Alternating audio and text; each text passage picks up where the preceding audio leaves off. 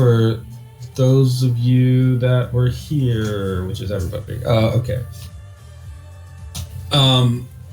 Does anyone want to do it themselves, or should I? I'll let you decide.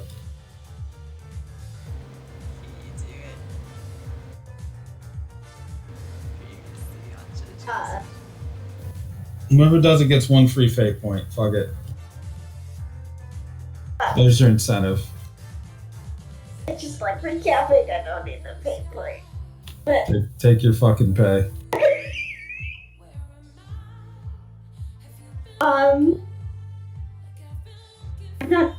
Can someone start me? Where did it start? I know that we had to chase down the Akashic Records, and we had somehow found out where that was in the middle of the 5 points.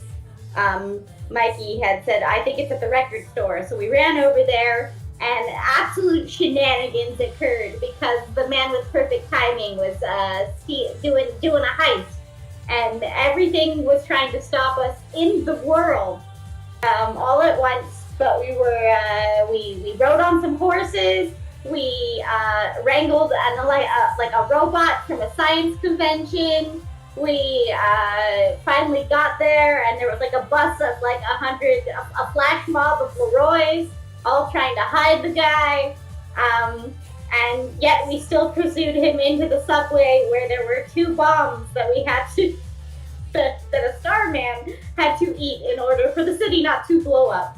I'm not sure how this whole mess started though, but there's my recap. You guys got a translation of a tablet found at the gutter town. That we found underneath things. Oh yeah, well, because we went to Elvira. Yes, and her conspiracy squad. And I speak Lexer style.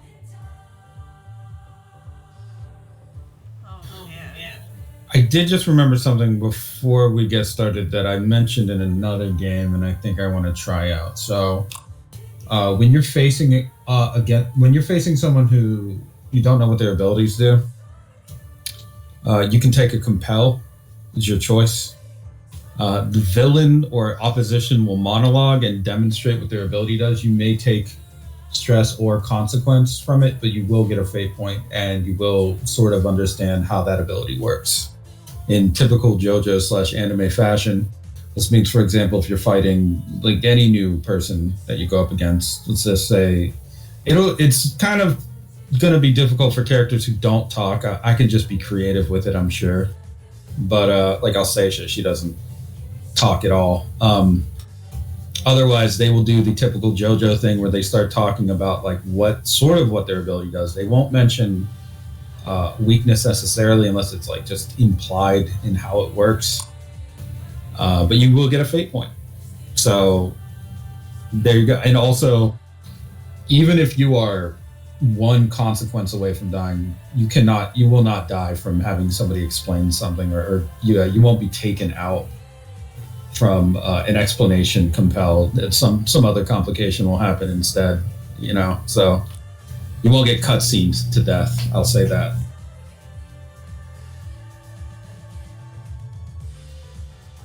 Fun. I think that's a fun mechanic. Yes. Yep. So hopefully one of you triggers it at some point, and we'll see how it works. Because personally,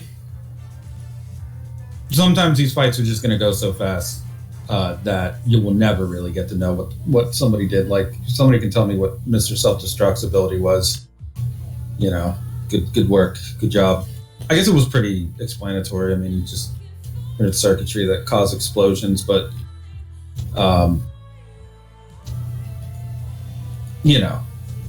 it's just a thing for. Didn't he specifically blow up the life that was already in cells?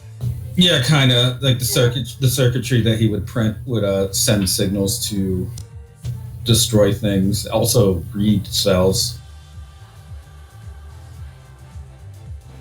Yeah, I wouldn't have figured that much. Right. Since there's not like a fact book or anything that you can see that sort of thing, and if you're interested, it's a way to get a fate point. and find out more about your opponents. But with all that out of the way, let's get to the game itself. And kabam. So, when last we left off, Ice Peak was on a subway where she had just dealt with two different bombs that were placed on a subway car. The first one you basically had disabled with your quick thinking and surgical skills, but the second one, with 1 second left, surely wouldn't have been as easy. It looked like an even more complicated explosive device. But at the last second, in a sort of flash step, a figure from the past. Oh, don't disappear, buddy. There you go. A figure from the past emerged, blink of an eye, and the flash of magma. A pink-haired individual, seemingly not human, covered in tribal tattoos and very strange science fiction style shamanic gear, is now, or was, basically he's seated across from you, Ice Peak. He had disassembled parts of the bomb and consumed them, notably the very explosive parts of that, so the chemical payloads. He just shoved right into its gullet. You can actually hear and see the steam effect happen as these components are melted down inside of his stomach.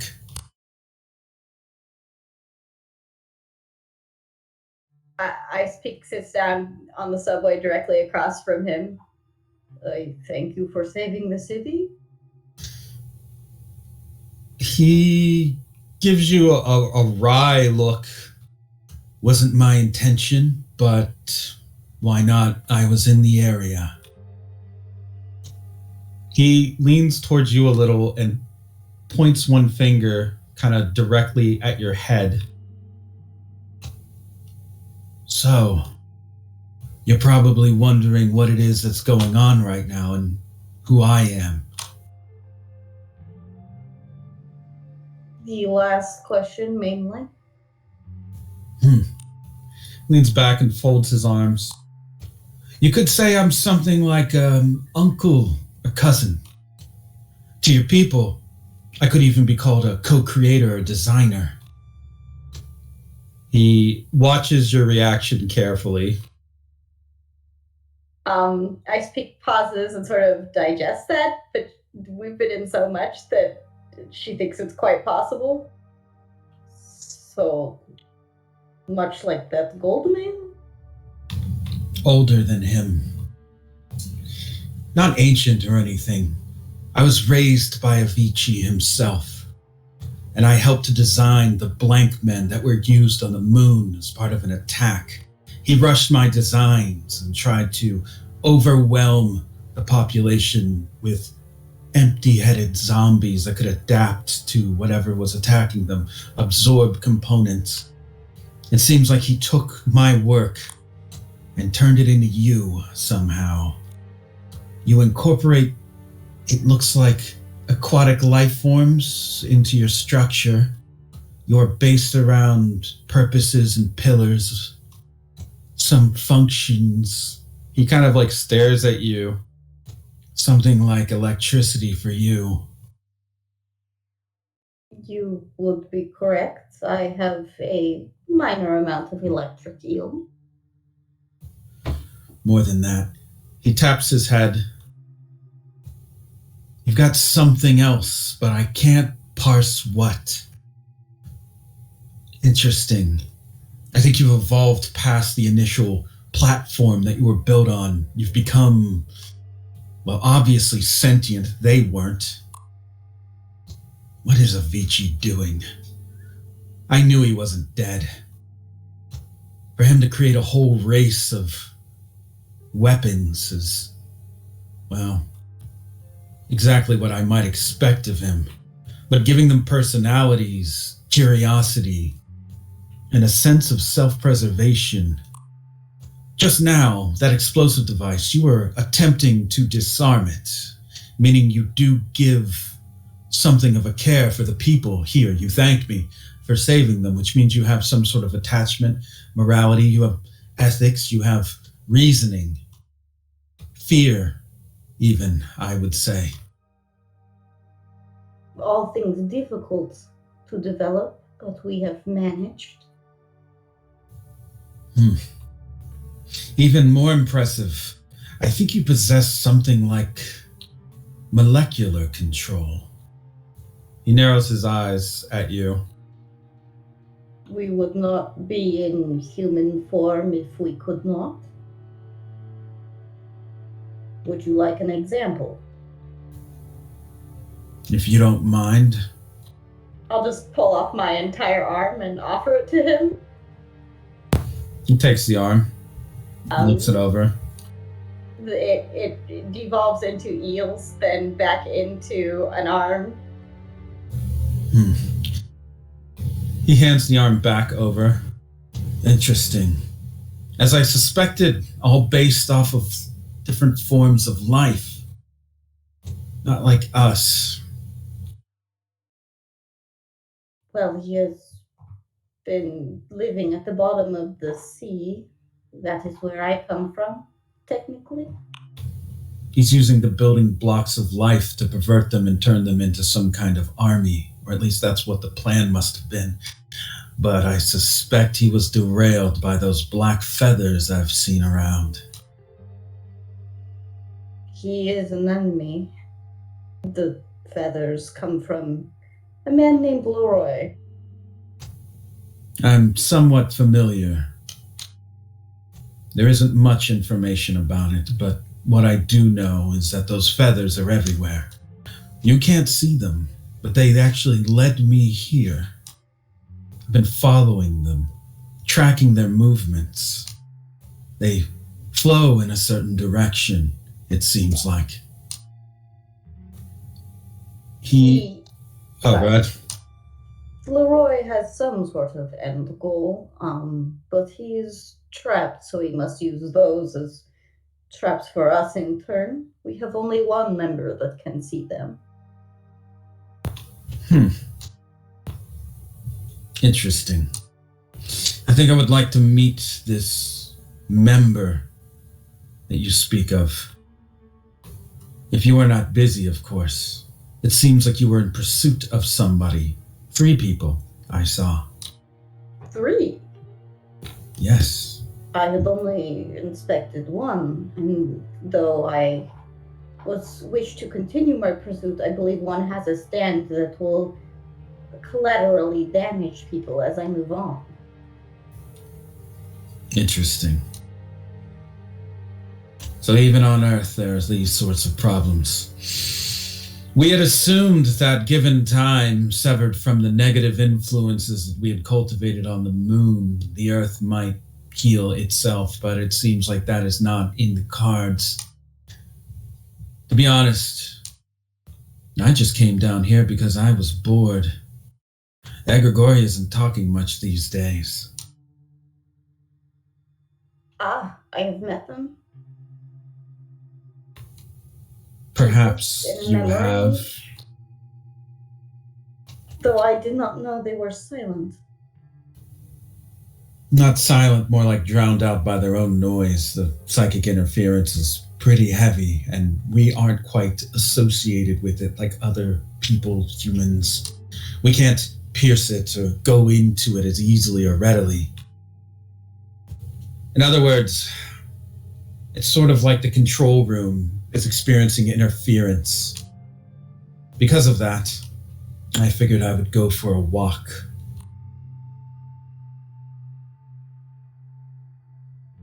Well, you are welcome, so long as you are peaceful.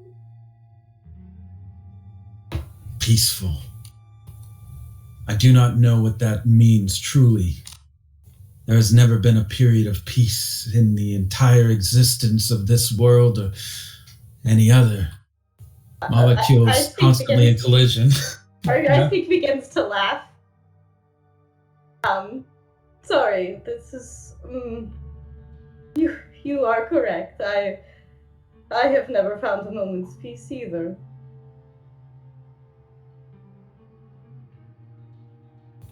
Perhaps I could share some information with you, and you said there was a team, perhaps? We are the Aqua unit of the police. Police officers. How quaint. He looks ahead at where the subway's destination is. For the moment, I believe I will just observe and exchange information. I have to decide whether or not I want to bring war here against Avicii. Might not be worth it. Might be exactly worth my time. He is an enemy unlike any other. And so if it comes to it, you might have an ally in me. Saying, of course, that you do not follow the same tenets as Avicii. I have long diverged. My past has led me to the surface.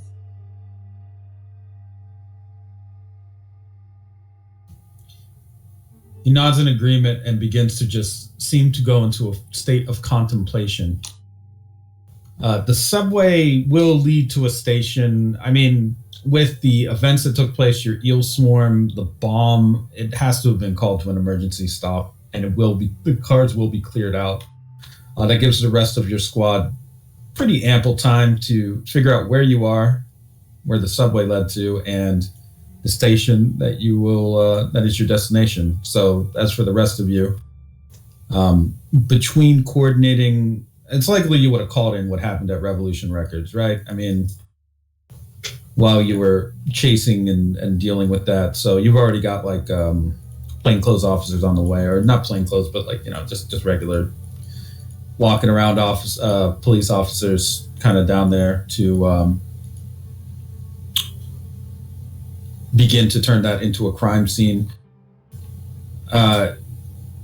Pretty quickly, I would say, noticing the setup there of how that guy was shot. IA may need to talk to you a bit, Mikey, but nobody's gonna doubt that this was obviously a setup.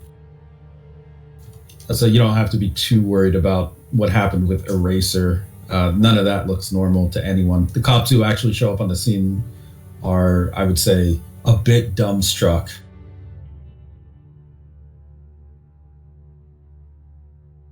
At the subway station itself, where Ice Peak, you could get off, there's probably already police officers waiting, along with bomb squad personnel, to do a more thorough sweep of this. And I would say with the event that took place, the combination of all the chaos, how crowded the stations are, it's going to be a little bit of a logistical nightmare, but they actually have to shut down the subway system for a bit here because they're going to need to check every single car now.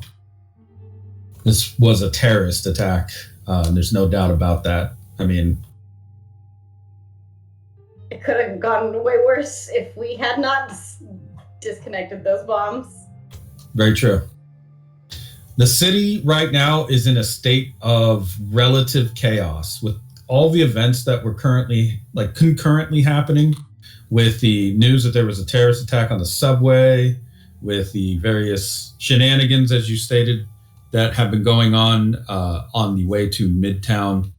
Right now, it is a shit show, and all hands are on deck from your local police department to try and make sure everything from the traffic to crowds getting out of events safely to helping to coordinate transportation to those that may have relied on the subway. I mean, there's too much going on out on the streets. But down in the subway station, eventually, after you get off of your car, off of your train, I speak, with this stranger, I would say it is momentarily quiet, or there's a bubble, we'll say, of enforcement where, I mean, people are going to need to do a search. They have to keep everybody away from this area. So An island in the sea of chaos exists here.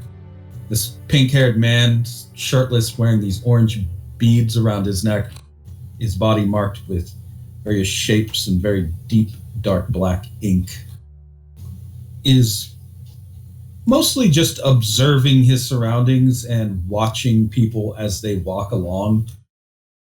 He sticks out like a sore thumb with that very, very hot pink hair and various facial markings.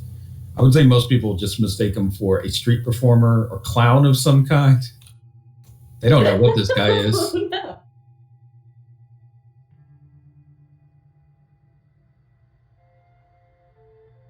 So the rest of you, assuming you would probably want to meet up, unless you have other things that you would want to focus your attention on here, and it is possible that you would. We'd want to meet up. Yeah, this you would then, like all of you, Mikey, Claudia, and you would see this pretty tall, strong-looking individual. I mean, Stone Sour is basically a pillar man, so he has the physique to match that. He does not look like a local at all. He looks like, if you wanted to picture an alien, he looks very alien, almost from a different time. You would even like a far future. Yes, technically you do have a witness. Sure. He is the witness. Yes. Aqua members, this is Uncle. This is our uncle. That feels strangely formal, but in a What? manner of speaking. You technically did not give me your name. You can call me Stone Sour. This is Uncle Stone Sour. Hi. I guess what brings you around? And you can see, like, Mikey's very tense. This guy fell out of a portal, right? Uncle? This is a lot of questions. Let's answer them one by one, but only ask me one question. I can only process so much information while also thinking of all of the other things that need to be considered. So I will do my best to be polite, since you are, well, technically family. He points at you, Mikey. You first. What is it that you would like to know? Oh geez, so much, but I guess I'll start with, are you here alone? He takes a moment to consider, it seems like, tentatively, but that could change very quickly. Okay. Okay, I guess that's my one question. Who's next? He points at Claudia. You there. Like I said, Uncle? Oh. He folds his arms again. In a manner of speaking, yes. I was also raised by Avicii from childhood. I helped to co-create the race that was the template for what you are now. So Uncle seems fitting. I would rather not be called anything like a creator. I had nothing like this in mind, and quite frankly, these designs, the scaffolding, it's barely recognizable from my work.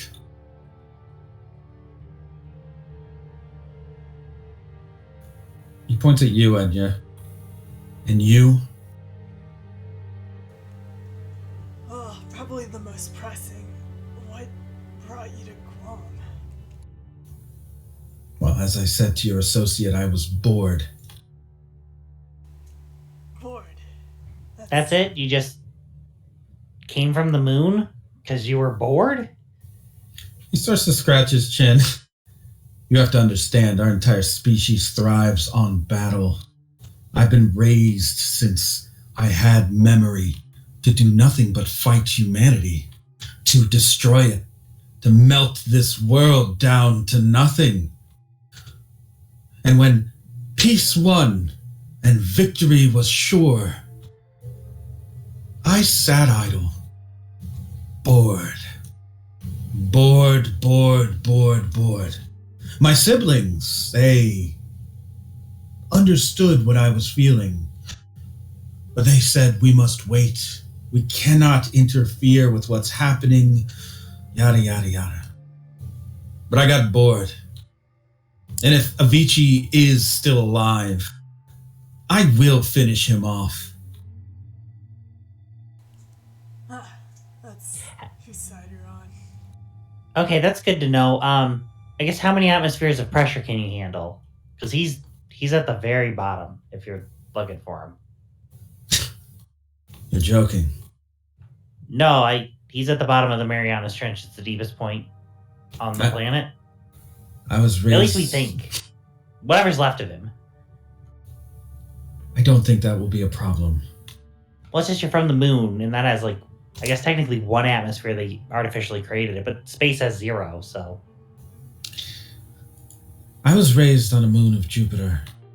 I've been exposed to many different environments as part of my training, artificially created and otherwise. Yes, we can survive in the void of space, but at the depths of the ocean, anywhere. I could survive at the center of this world. I could just live there. I am attuned to magma.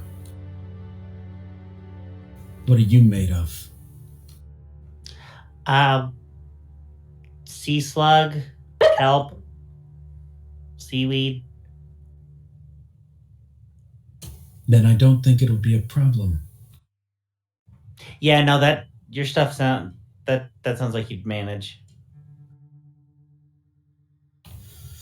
All of you seem to possess something beyond the typical molecular control that I maybe would expect. You have some talent or power that exceeds that. I can tell just at a glance. So, I've decided to alleviate my boredom.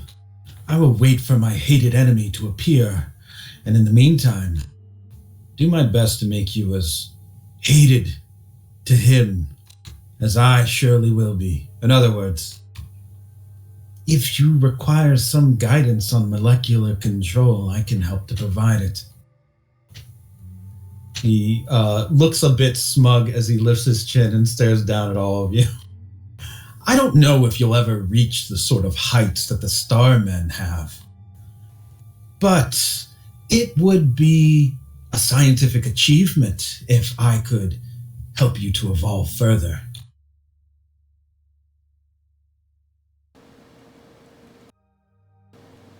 We would appreciate that. You said you were bored. Well, welcome to Earth, where we're in the middle of humans, Avicii, and... He sees the feathers. Oh, Oh, so you know about the Antichrist. Yeah, it's a whole 3-way mess down here. We're working on it. Good. Because if you fail and the world falls to disaster, I may be forced to, of course, destroy it. I have a few backup plans for this sort of thing. Just old projects from school. Okay, like what? Oh, like detonating the core of the world or just evaporating the ozone layer. You can actually cause it to just ignite and burn out entirely, leaving, of course, every organism that is on the surface to die, drawing Avicii up to the top where he will naturally need to breach, wondering where everything is. And at that moment, we would truly strike him down with an orbital laser. Now, I'd have to borrow it, but I don't think it'll be hard to convince anyone. that's... Oh, I could split the world in half. He puts his hands together and slowly starts bringing them apart. Whoa. We live on a spice. Yeah, let's definitely leave those for last measures. That's plan Z.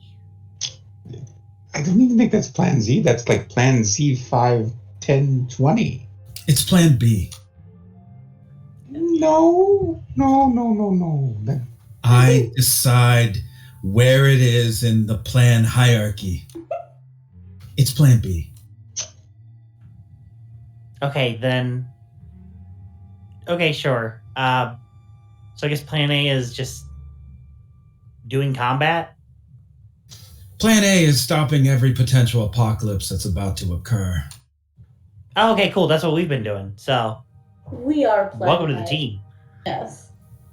It isn't just you, though, right? Oh yeah, no. I mean, there's other people. Has anybody seen Joni in a while? We should probably call her. Because Macaroni's missing, and I don't know. So familiar. All it's missing is a tournament. He starts to rub his chin. I mean, technically, if you go to the Tournament? beach, I guess Santa Gold's still out there. He just kind of fights whoever shows up. I don't think that's a tournament though. That's more like Santa Gold just beats people up who come Yeah, near. I mean, it's definitely got more of a World Star vibe, but that doesn't mean it isn't him fighting. I mean, yeah, but is that really a tournament though? And he just kind of shrugs. I mean, I guess if it's just him and KLP all the time, it's not a tournament, it's just an exhibition, right? I think that's just a street fight, really, more than anything. Yeah, probably. We should now discuss the Akashic record. Oh, yeah, they got that. We think. Probably. We definitely didn't. We tried. Do you know anything about it? Akashic record? I'm familiar.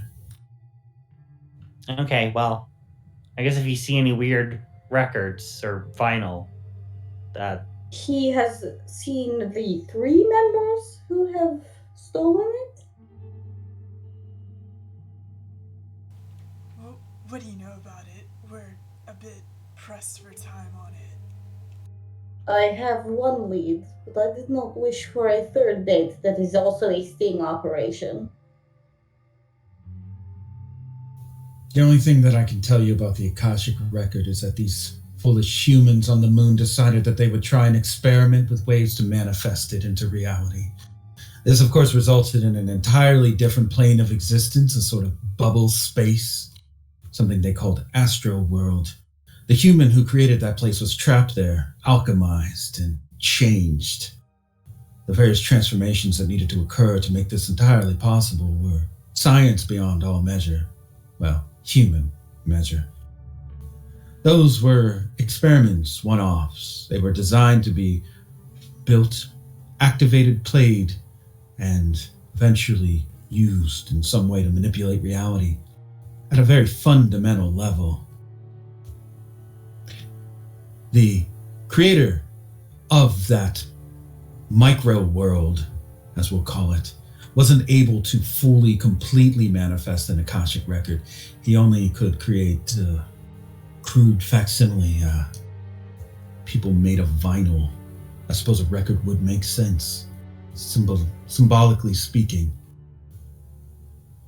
In either event, if what you're saying is true and someone has attained this Akashic record that you're speaking of, everything that I know about alchemy would tell me that it currently cannot be used in the state that it's in.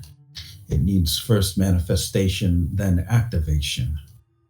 The activation part requiring something of rather high energy, precision, and sharpness. A sword?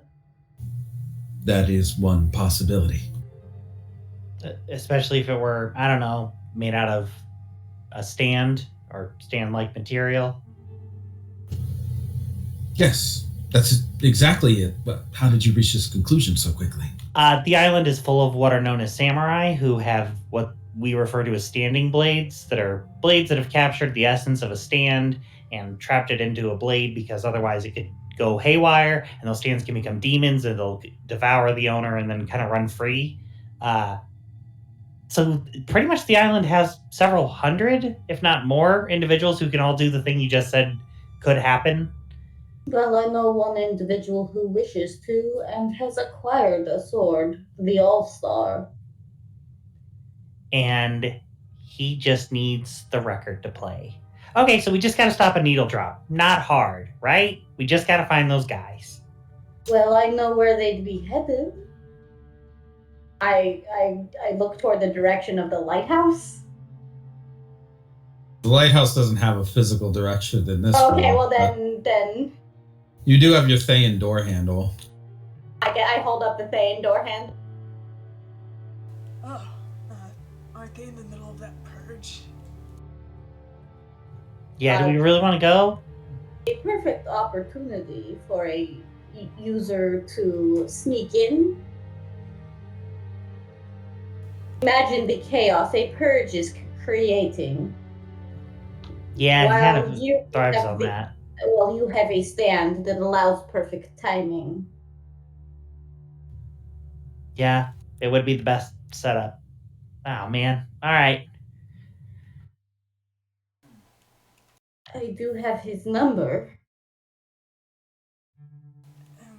The Roys? Technically, he is not Leroy yet. Oh, yeah. No, sorry. I thought you were calling him. I mean, do we need to call first? Do you think he'll answer? I think the only way we will catch him is if he makes time for us.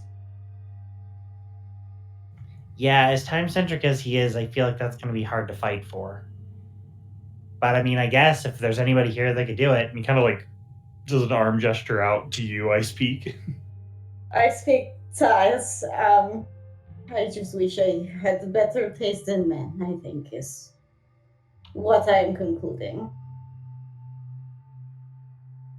So, you want to go talk to Leroy? Cortland, the stealer of this item. Ah, Who else has perfect timing? Yeah, that last job we did with him was weird to say the least. It's if he doesn't have a stand, then I'll eat my hat. And Well, no, we saw his like an arm of someone do something in perfect coordination. This today we have seen it. Everything that has gone wrong can go wrong. hey, Stone Sour, just so you're more filled in. We know that Avicii wants to get to the fifth dimension. And this Leroy character might be from the fifth dimension. Well, he wants the Sakashik record anyway. I mean, yeah, that is basically what's going on. It's a, and you can't really say what he's actually gonna do with it, except rule the world or something. Maybe, I don't know. It just seems all confusing to what his plan actually is. Think about it like this. If you existed on a 2D plane, but were able to ascend to the third dimension, what could you do? Practically anything you wanted. Redraw the definitions and boundaries of what it even means to be in two-dimensional space. You could change time. You could change people, history, an entire universe. All of it changed with a stroke of a pen. Something simple, or you could cut out whoever you wished. You could create a perfect world, at least perfect according to you. You could even give a guy a little hat. That sounds like a lot of power. Maybe someone with not the best intentions should have it.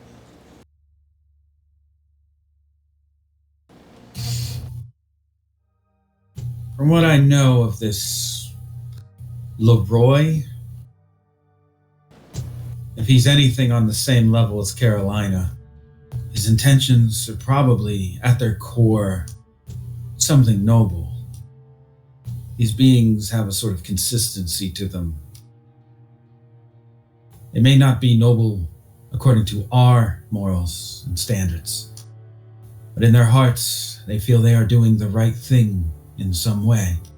That's, of course, what makes them so dangerous. Sort of zealotry.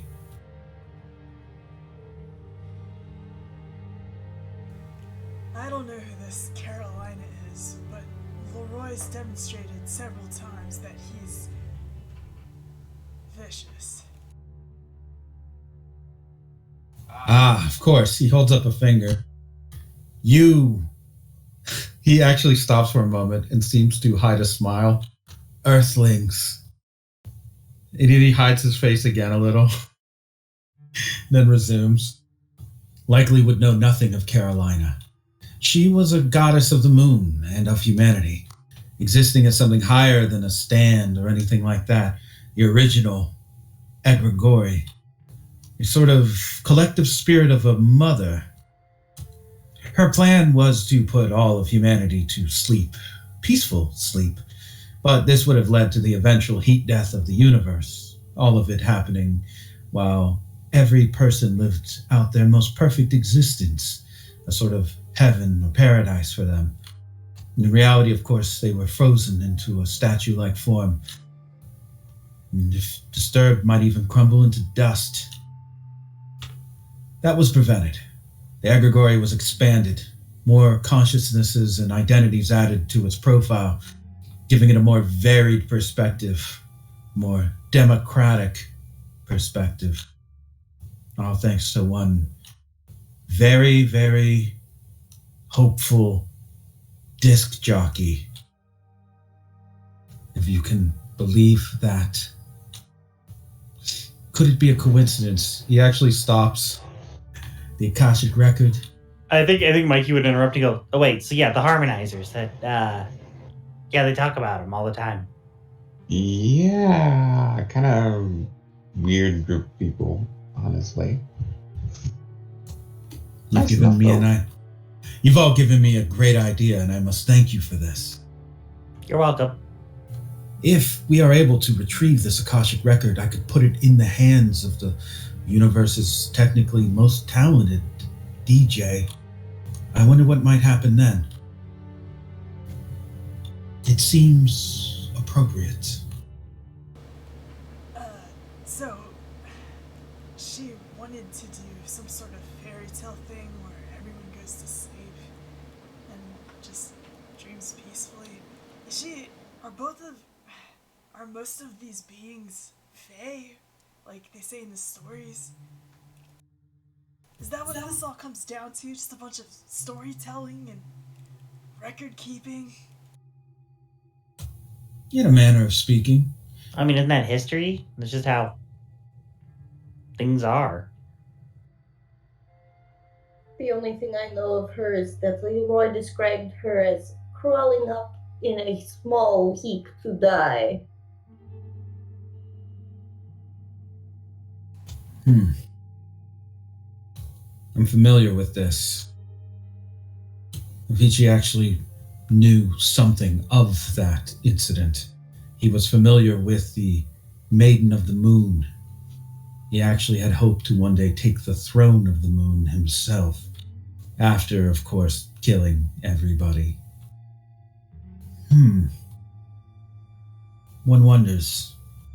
These cosmic powers swirling all about one another, and what you were saying, he points to you, Anya, not exactly off base. All of this seems to be a sort of story put into motion long ago.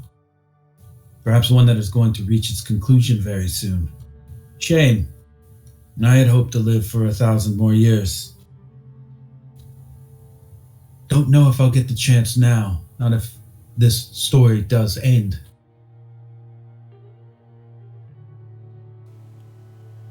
We will not let it. Right. One time I did live for, how many millennia was it? I don't remember. I was struck with the very same effect that Carolina caused to the humans, except I erased it, so I don't remember what happened in that time period. That is a trick that I can teach you right now, actually. Would you like to forget things that you'd really rather not know? That could be interesting. Yeah, I mean, I guess why not? I'll demonstrate. He lowers his head, and his eyes go blank. Then he looks up again. Ah, yes. I see I have successfully demonstrated my memory erasure technique. And the fact that none of you are fighting me means you must be friends. My name is Stone Sour. Oh, you did. Oh, so you just did a recent one. Oh no. All right. I guess introductions again. Hello, Uncle Stone Sour. You have Hi. decided to work for us, or work with us, in order to stop Satan from ending the world. He's just nodding Also, along. Satan is separate from Avicii, and Mikey goes. Also, Satan is separate from Avicii. I know that you probably feel that those two words might be synonymous given the context, but they're two different entities. So it's kind of we're dealing with two different villains of the week. I hope you did not erase the things that you have witnessed on the subway. He's nodding and listening. You can just recount everything that has happened to catch him up. Do you change anything, or do you just like tell it like it was? No, I think at least Mikey would exactly deliver what information was given to him. He picks up on it rather quickly. You'll note that this person is a quick learner. Very good. Now that I've caught up, what's your next move, detectives? Real quick, you saw three individuals' faces while you were down in the subway. You didn't delete that, did you?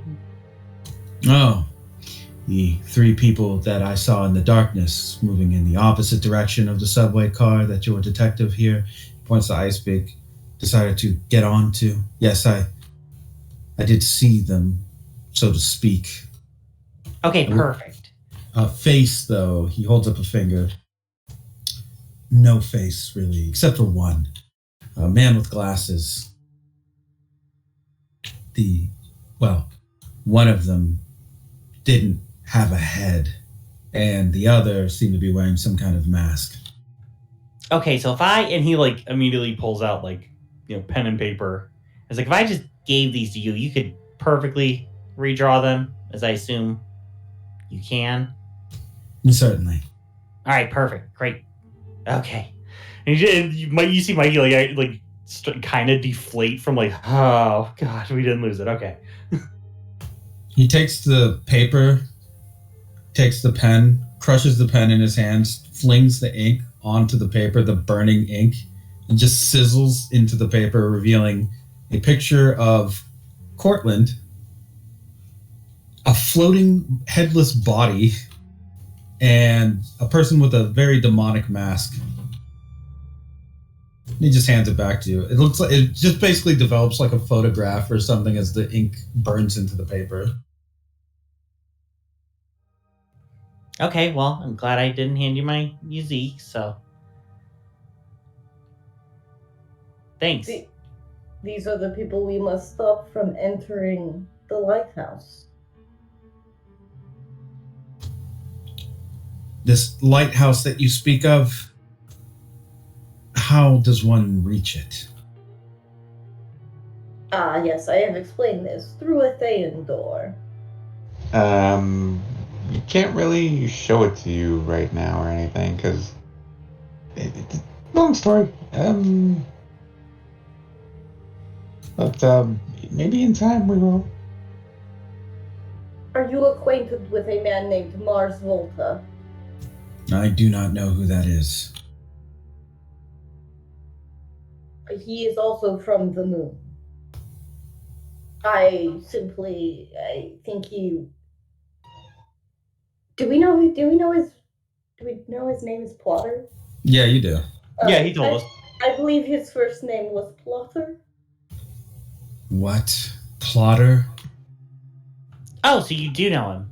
Man, does everybody on the moon know everybody? Well, in a way, he was an artificial intelligence created by one of the men that would go on to join the Egregori. Last that I had heard of him, he was a adherent at a temple, Nirvana. the Temple of the Infinite Unfolding Lotus. They were okay, I suppose. They had lost their leader. He had been filling in, and I thought he was still there, actually. Interesting. Must have ejected his memory core and flung himself down here like so many other idiots. You did mention Santa Gold. Yeah, he's here. Or he was. He might still be. I don't know what him and KLP are up to. They're usually just fighting. They're probably okay. I mean, we could probably call KLP up and ask him how he is. I mean, they should be okay now. KLP probably does deserve to know what almost went down at the. Oh yeah, we definitely should tell him HQ. about what happened with the bottlenose boys. Turned out there was a gun-wielding maniac trying Yeah, to no, shoot. that's definitely yeah, we got a call. Yeah, that thing went right into the sewers after I tossed them out. There's still a problem that we probably have to look out for. Huh. Okay. Well, I would like to meet this KLP, and also, I believe I will need to be taking care of Santa Gold. Or not. He is very harmless. So far, he has simply tried to wrestle anyone in his way. Yeah, I think he made himself a belt, and he's just Out of the earth, yes. yeah. Yes. So he's just kind of rocking that. Yeah, he's just around, so he seems pretty chill. Stone Sour just starts rubbing his temples. Santa Gold hasn't really been the same since Marina had to be put into stasis. He's probably just working through some kind of puberty issue. Marina? And that's a sister, friend. Grandmother. Oh, Her exposure to Avicii's pollution required that she take extended healing. She is not a natural starman, someone who was converted through genetic therapy and alchemy. Which, wait, that can happen? Wait, no, hang on. We actually have something like that that's happening to us. Well, not us, but a friend of ours. He's kind of a weird fish man, but he shouldn't be. Yeah. Wait, you know how to fix that? vaguely. I mean, you might want to come see it again. Yeah, I was gonna say. I don't think we can actually show you because, the lighthouse is kind of undergoing a bit of a issue. But yes, I think maybe if you saw him, you could probably help us and help him to not be hurting all the time. He is stuck in between fish and man and cannot properly control his molecular body to being one or the other, so it is fighting itself perpetually. Yeah, so I mean, even if it's like a weird stasis pod that just keeps him from fighting and killing itself like a cancer, like that'd be great. This is great. I could do that. But I'm not going to solve all your problems for you.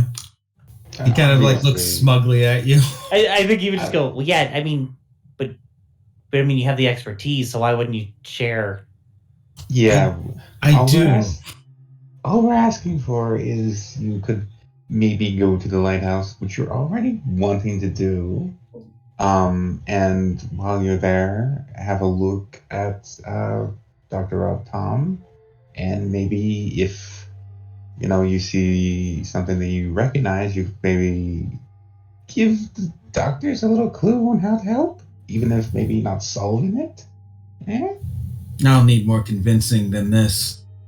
What do you think I am? Some kind of hero? Hardly. What would you want? It's not like I mean, no, but your family.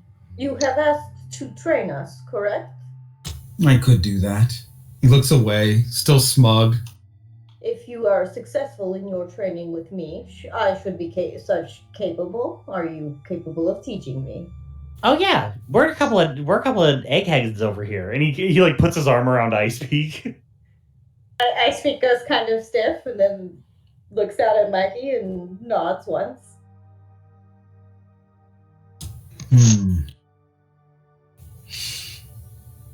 I could train you all, I suppose, yes. But I require something in return, I think. I am up to the challenge. Ooh, Yeah, you name it. I know where the best spots to eat around here are. I was Like what? thinking more martial. What you mean? I need to sharpen my skills if I'm going to take Avicii on. Find me a good fight, and maybe I'll consider it. I mean, do you want to try KLP first? He's probably fighting Santa Gold. No. I think I've got someone in mind that you might like. Might be a bit difficult to get him to convince him, but I'm sure he would like it. And who would that be? Well, I sort of pissed him off a little earlier, but I think Miyavi probably would be up to your speed. I mean, I'm sure you'd probably beat him handily, but he's a tough customer. Where can I find this Miyavi? He usually is pretty bombastic, so it's less about you finding him and more about him finding out you want to fight him. I'm sure Very he'll good. be right up for it as soon as you make yourself known. He's one of these. Is he one of you, or is he one of these humans with the swords? Human with a sword. Very good. Human with a sword thinks he's good. I can handle that. But if this fight isn't good, I will be back, and you will only have 2 more opportunities to impress me. I need an opponent that's truly up to snuff. Otherwise, I'll get bored again. I'd rather not be bored. He folds his arms and turns his back fully to you all. You can actually see the air rippling around him from the heat that he puts off, and you can certainly feel it.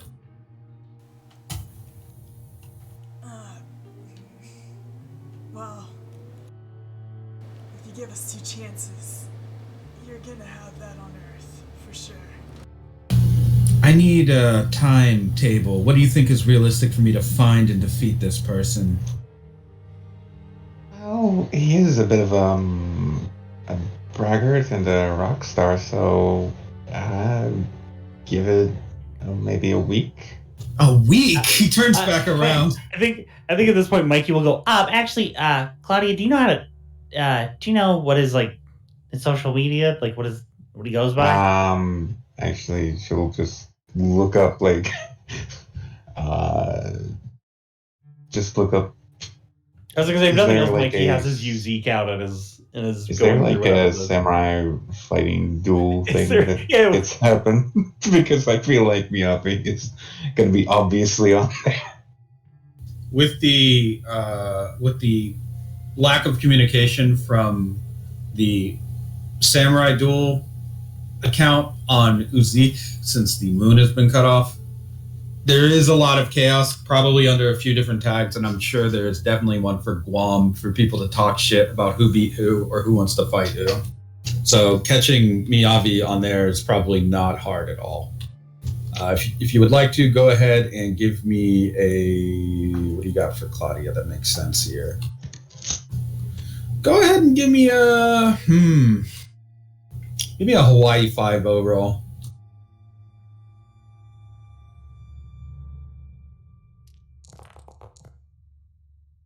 A 2.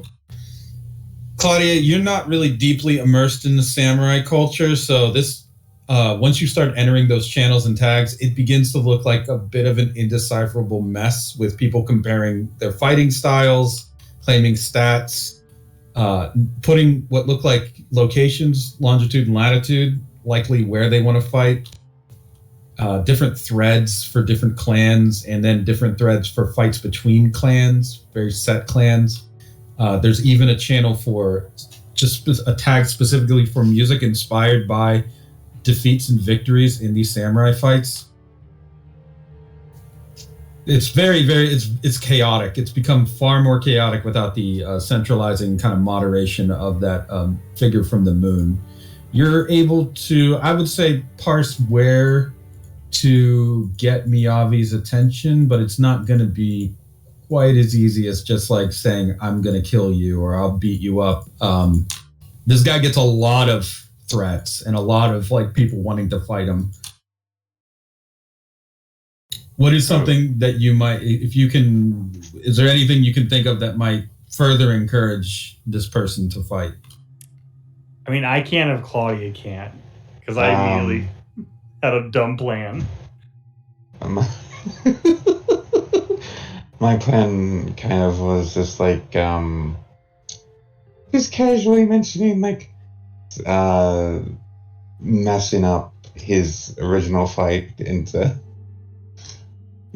kind of trying to draw his attention because I'm the only one.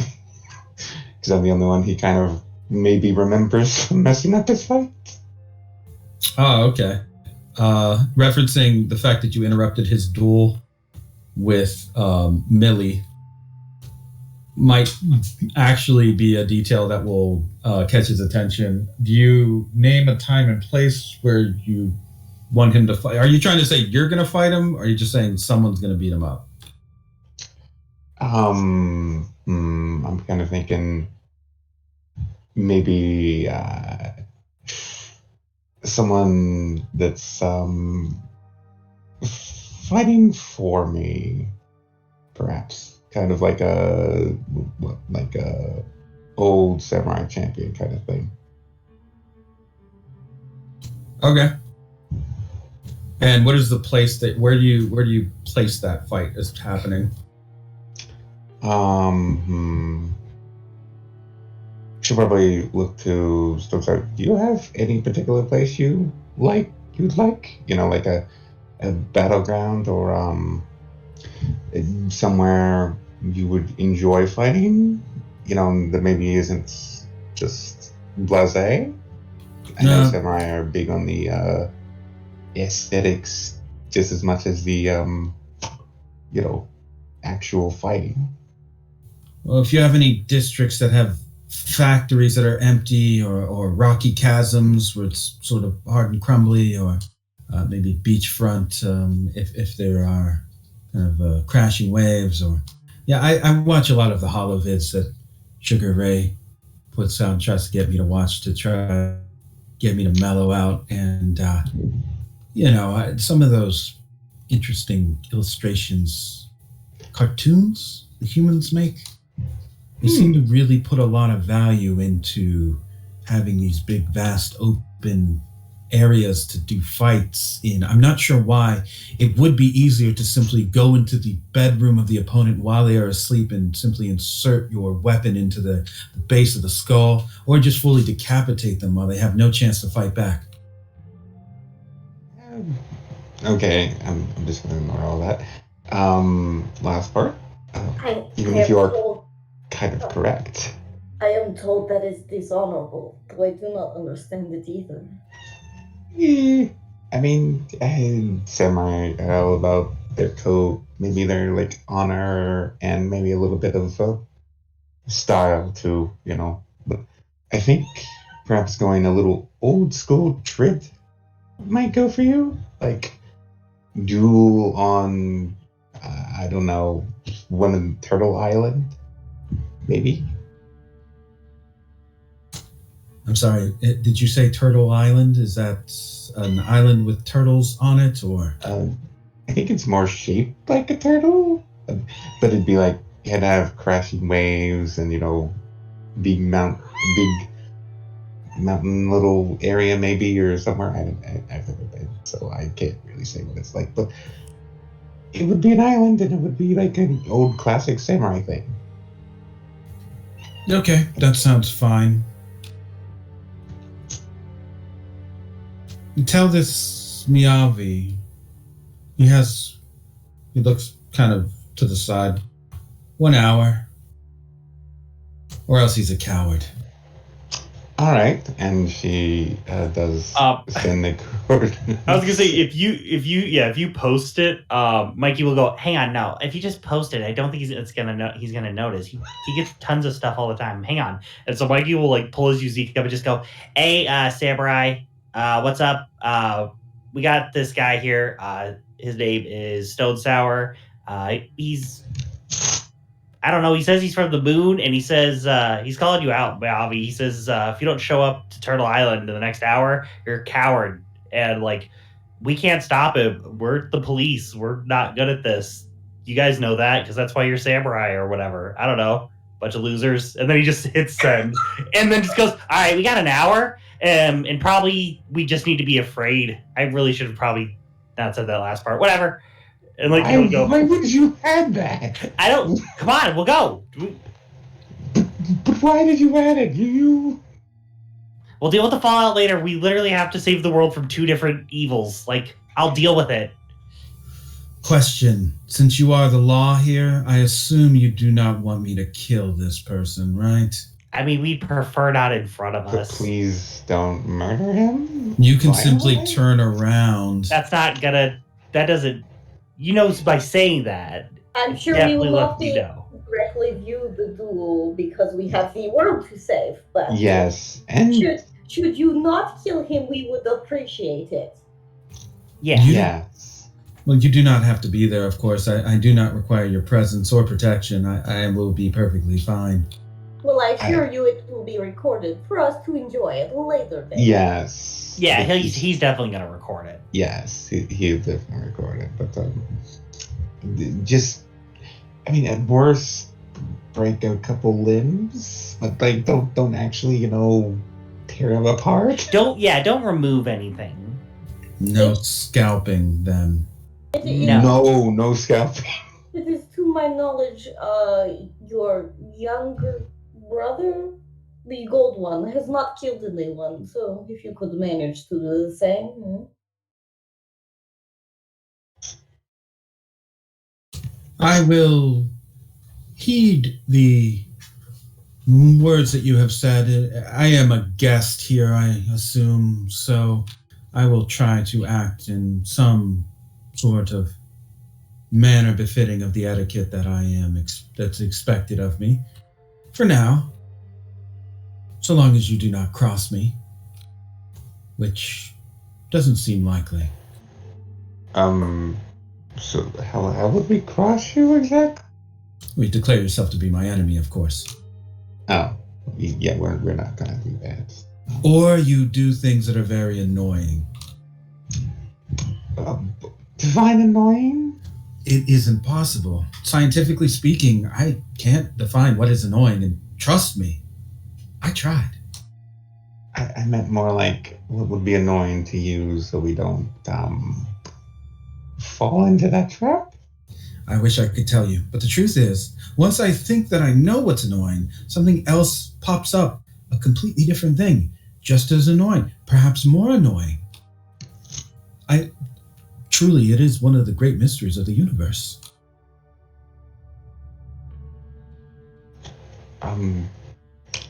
So it's simple. Don't annoy me. That's all. Noted.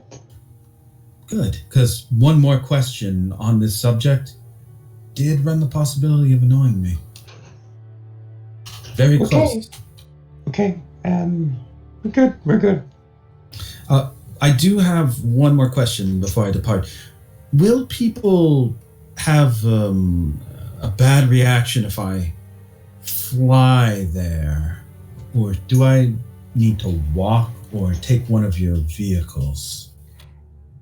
I mean, people might record you from the street, but honest to God, that's not the weirdest thing they've probably seen today. Look, Samurai can do all kinds of wild stuff like that. There's a guy who has a train. He might be there. Probably not. He's really Yeah, shy, it'd be. it's a whole thing.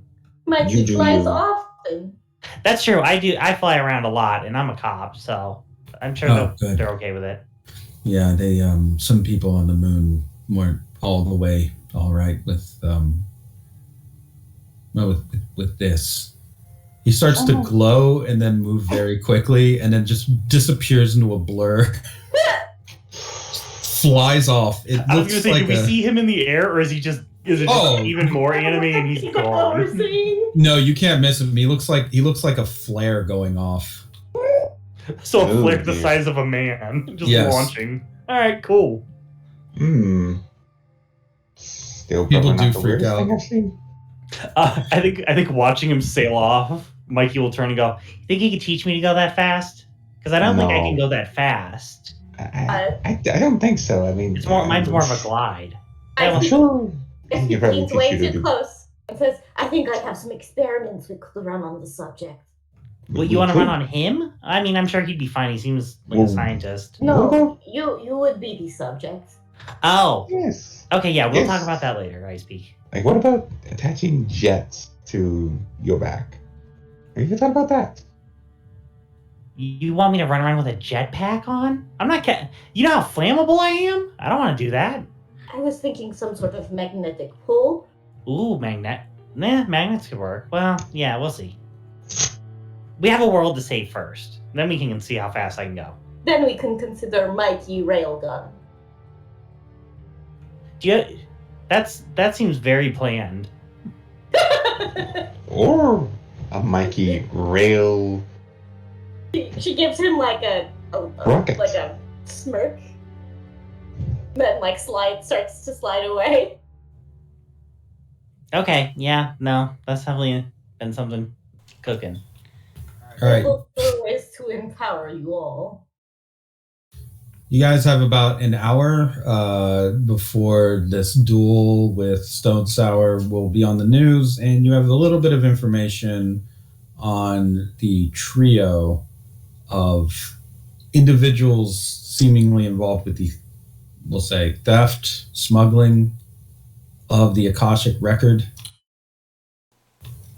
What is it that your group would like to do? The city is still in a state of chaos, so you have a few things that you can obviously check in on. You wanted to check in on KLP. You can open a case on this trio if you want. There's a lot. Well, why don't we start there? If we open up a case, we can just put our full attention on it. Okay, what would you like to open this up as, a major case or a monumental case? It could be either one. It's more a matter of like how hard you want to focus on the case, and keep in mind that if you do open it up as a monumental case, things like the Lords of Acid might be happening without like your full attention or focus. I mean, it's pretty monumental. It's tracking down the Akashic records. So. All right, monumental case it is. That's our first one of those, I believe. Well, it's not a major case. I don't. No, you are correct. It seems like preventing the end of the world by allowing Leroy to have the Akashic records so he can change things as he pleases is Yeah, you a get pretty me. like, Yeah. I don't think there's a case much bigger than that. Eh.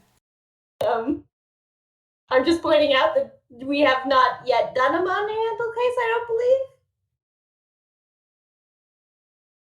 You have not.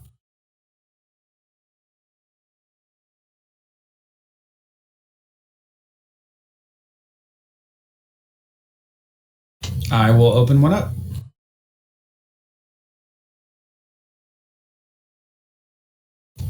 Your monumental case is the album of the year. This is the case of the stolen Akashic record.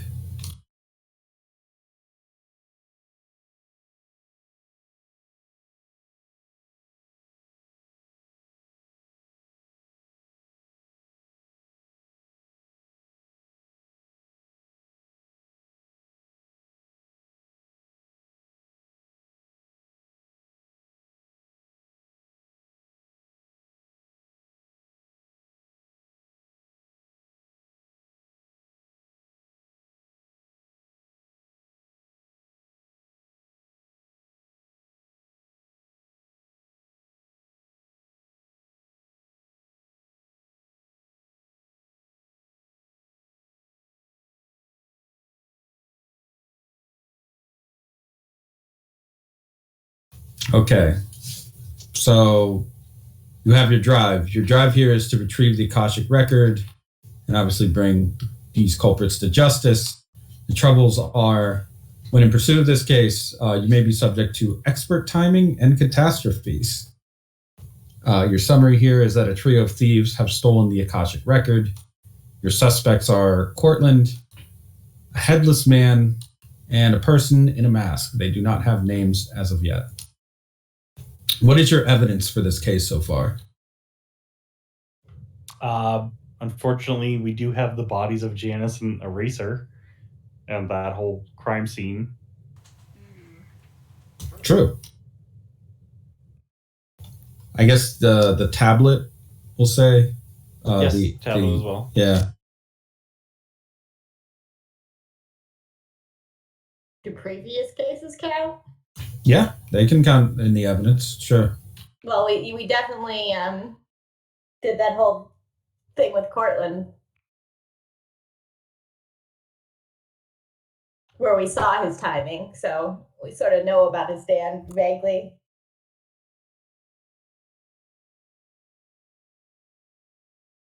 Uptown Funk. Yes, that's what it was. Yes.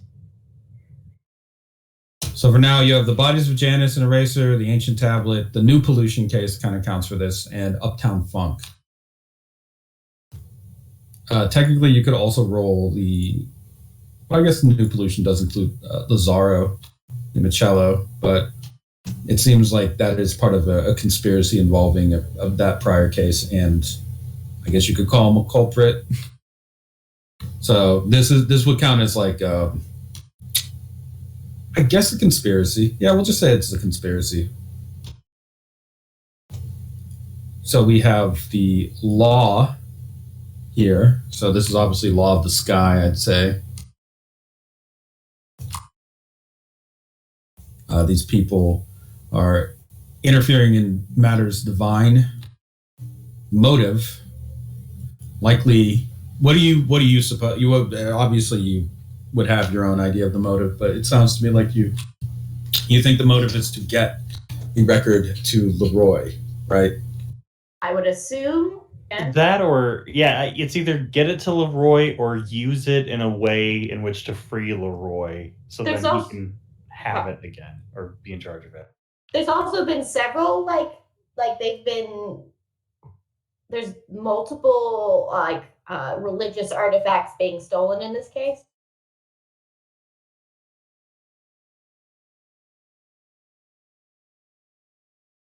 Sure. I guess that would be counted under the Uptown Funk Yeah, category because that's what that case was largely about. yeah. But it's all kind of related to Leroy. And I will let you guys pick what moon do you want this to be under. This can be under the blue moon would give you some advantage in law enforcement, but it can also be used against you in terms of bureaucracy.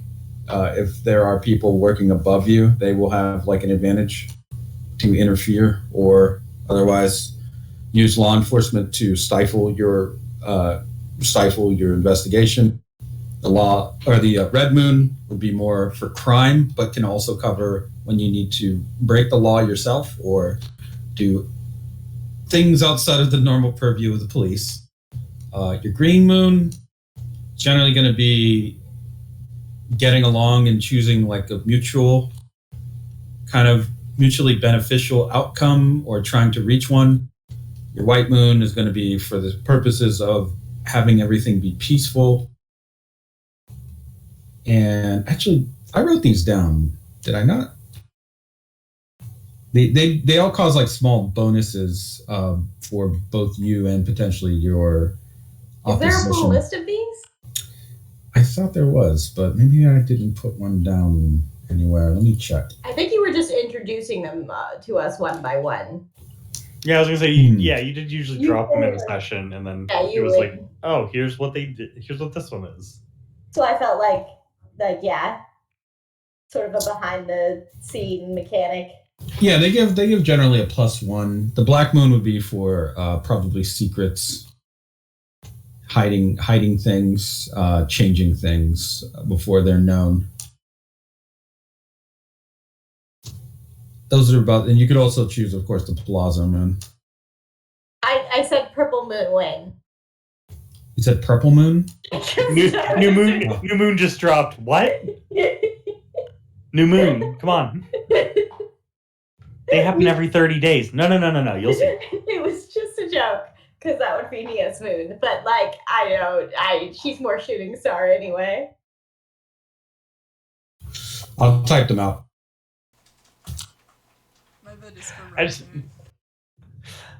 I just realized how sad that is to say shooting star, because in my brain I was like, oh, that's cute. But then I realized, like, oh no, they burn up in the atmosphere. That's not good. Nia's Yeah, but she's also like shine bright. Yeah, that sounds right. No, I get it. I understand it, but that doesn't mean I have to like it, because I know, because much like Nia, it's one of those like, oh, that's pretty. It's the Gundam meme all over again of cool robot and then the political, like right over their heads. It's like, yeah, it's like having those little tiny from Gundam Seed, tiny little Harus or whatever, and then behind in the background, someone's just getting murdered violently.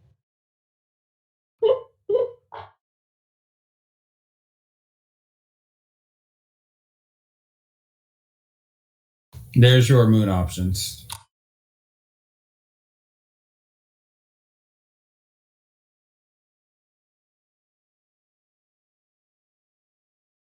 K6 early baseball.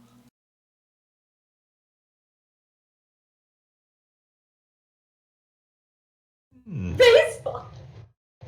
Black, Black might be actually kind of. Wait, would this be the black hole sun? No, I This think is that the was Black separate, Moon. and I think we killed that. Yeah, you killed it. This is a Okay. new moon, basically. Like that kind of black. Okay, maybe. I mean, black might be interesting, but red also for doing less than legal policing might be also worthwhile. Does Black help us reveal secrets? No, Uh, it's mostly about hiding and concealing things. So, like, would we? So, for us, if that was a plus, would that be for us uncovering secrets, or what would that be? It would be for things like hiding your intention, hiding your approach, covering things up so that opponents maybe can't get to it as easily or get to information as easily. Likewise, it would make it maybe harder to find them if they're attempting to hide as well. So think of it as being like you're making it nighttime. Think about it like that. So it's easier for you to sneak around, but it's harder. It's also harder for you to see who's out there in the dark with you. I don't think that's good for our heist people who are hiding anyway.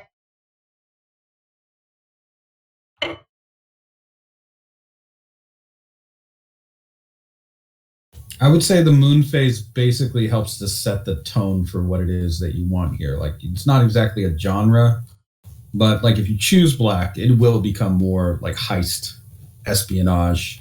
If you choose red, it's going to be more combat. And if you choose any of the other options, well, that would necessarily change what's going to happen there. The green, for example, would probably lead more to like buddy cop shenanigan type deals or building bridges with people, but then your opposition may also build bridges with people. Now that you say it like that, green is kind of I'm leaning toward. Green does seem fun, but When you say that, but then when they start like working with the Lords of Acid or something, I mean they're already gonna. No, not yet. I'm kind of torn between white and blue. Only because, yeah, bad guy team ups not as much fun when we have to deal with that. Yeah. Have we done a white moon before? yeah, there's been a white Yeah. moon. Yeah, there's been one. Okay. You've never done a black, green, or a rainbow. I agree. I guess I was gonna say the rainbow has got to be for the next beach episode. Yeah, the rainbow obviously has to be. We go to a baseball thing with while all being dolphin boys. Like, I'm down. I'm down for this baseball episode with all dolphin boys. I feel like we're all over the place. Okay, but We really are. that's not related. Sorry, the rainbow moon not related to right now. Okay, so. But I'm just. Okay. Oh, I'm kind of voting for green. Do you guys really want to be like red taped by good law stuff with something that's like existential level? Not necessarily. That's why I'm kind of like, blue not so much.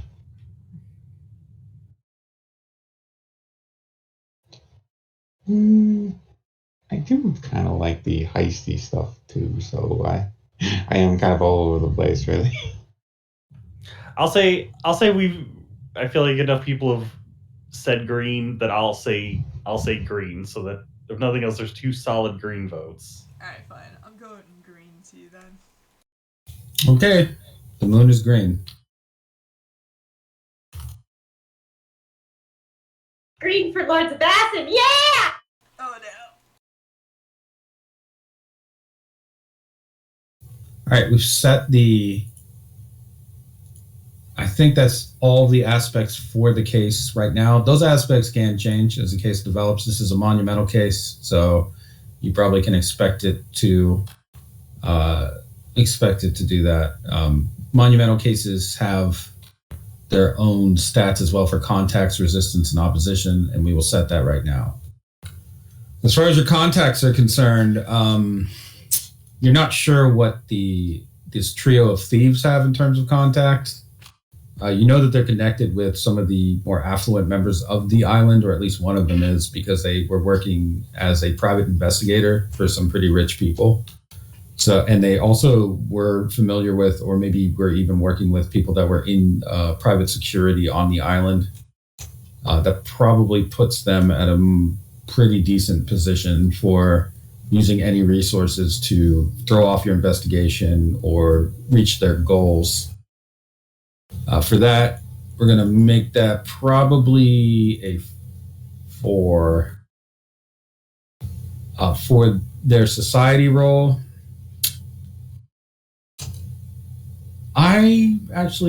this one I'm unsure of. The public at large does not know about the Akashic record or these people. But they are, they're kind of faces in a crowd. Tracking them down will not be easy. And currently, actually, you know what? No, they're going to have a 5 in society and a 6 in resistance. And the reason for that is Cortland alone can seemingly affect society at a almost fundamental level, just what he demonstrated in terms of being able to coordinate all that circus that you just had to go through. So in terms of like the precariousness of pursuing him, if he is on his game and knows that you are after him, he could do stuff that would really put you at odds with society, such as making you choose between a school bus full of sick children and old people or the Akashic record, you know? So there is definitely the chance, a very high chance that he could set you on a difficult public route there. And as far as resistance goes, I mean, you just did get a taste of that. It's not just that he can do that. You don't know what the other 2 can do, but you could guess that a floating body is not going to be easy to deal with. A floating headless body. Perfectly normal, headless body. Oh, we have to do a question of red tape or corruption in this case. I'm going to say your efforts prior efforts in dealing with the Uptown Funk case, and you had one other, I believe. Oh yeah, you're the Ghost of Guttertown. You had to deal with some of the more influential people in the city, either like crimes that they were a part of or things that were directly affecting them. Because of that, you do not have currently any red tape standing in your way, but that could change depending on the resistance that you meet in terms of just Cortland's contacts alone. It's possible for him to twist arms if he is that type of person and set up any kind of barrier there, like socially or politically. As far as corruption is concerned, I don't think that's going to be a part of your case so much yet.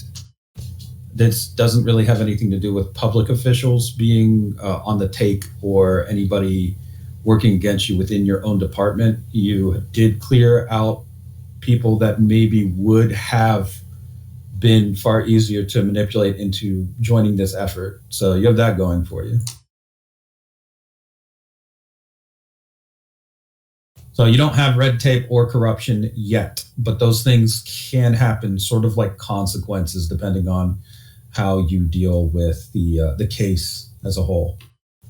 And thus far, there are no specialties or stunts added to this case, but with more definition, it's likely there will be additional difficulty modifiers based off of how things change or develop with this case. This case will take several sessions likely to solve and may require your attention where you would otherwise want to put it on something like I said, the Lords of Acid.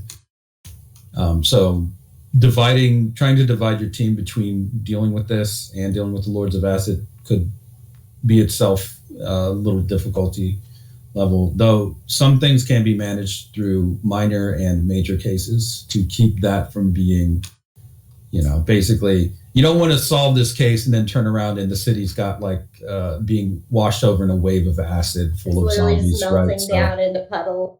Right. Sort of where your squads can come in and hopefully help to keep some of that at bay until you can turn your full attention to it as a group. And also, when Rivers comes out of its purge, they may be able to provide some assistance as well. On the note of squads, also, Claudia, you still need that replacement for someone on your squad. While you guys are working a monumental case, squads will become more important. So, right. I guess you don't have to sort it out now so much, but you definitely will want to at some point replace your Triggerman Thor with another squad member. I will give you some choices as to where you can recruit from and what sort of specialty they can bring to the table that may affect your squad, such as if you would prefer to recruit from someone currently working in law enforcement on the island or someone from off island, because there are mermen in other places of the world, and it's possible that you could recruit outside law enforcement if they're available. Guam is currently like, it's not exactly completely shut off from the rest of the world, but it is not the easiest to travel back and forth now that the New World Order is in full effect. But that might actually be more incentive for someone who is a merman with a law enforcement background to come to Guam, because it might be that the conditions outside are not spectacular for a merman cop. This might be the place where they can do the most good at the moment, especially with all the samurai running around the island. Could even be people holding grudges against samurai or the Lords of Acid, anything like that. So you could even recruit an Atlantean, technically. All depends on what fits your vibe. With that said, though, it's been about 2 hours. So now that we have the case settled, we could take a quick 5 to 10 if you guys would like, and then we'll get back to starting off on your wonderful journey towards enlightenment and just growing as people. Oh. Yeah. Yeah, sounds Who good. doesn't love bettering themselves? Yeah, right. Okay. Live, laugh, love. Trap. Oh, That's sus now. Very, very. That's what the tattoos on Stone Sour's body actually spell out. It's just Oh written, no! The whole. It's just written in. No, It's just what written in is it? stone. It's just written in Pillarman. Who did he get to apply them? I mean, he's had him forever. Did Avicii just burn it into his skin? It's what his scientific method is truly about: finding the perfect live, laugh, and love.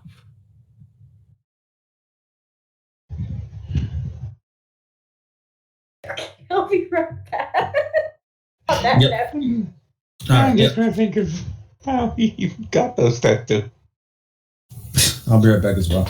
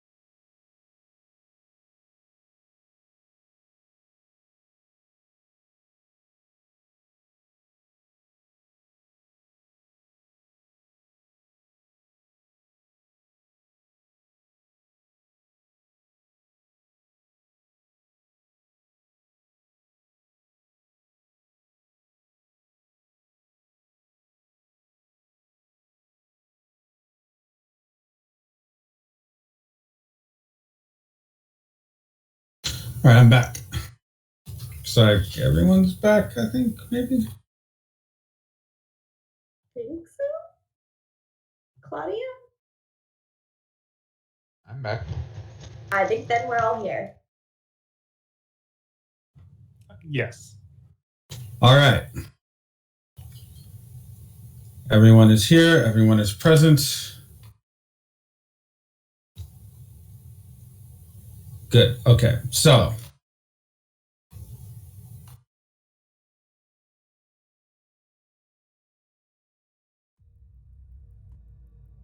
thus begins your investigation.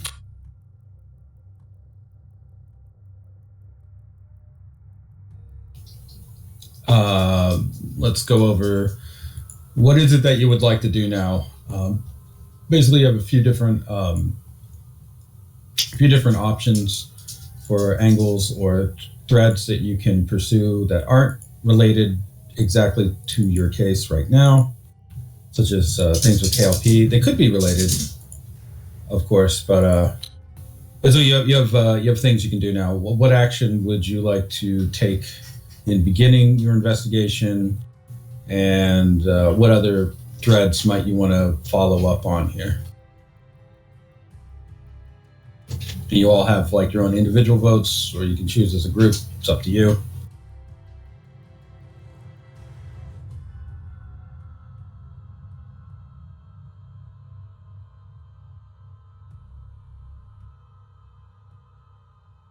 If you need a hint or some guidance, don't be afraid to ask. I mean, we were gonna check in on Cortland anyway. Okay. Checking in on Cortland means calling him. Yeah, I think Ice Peak was going to do that. I want to, I guess I kind of need to wait on Ice Peak because I did want to like see the bodies and autopsy Janice and Eraser.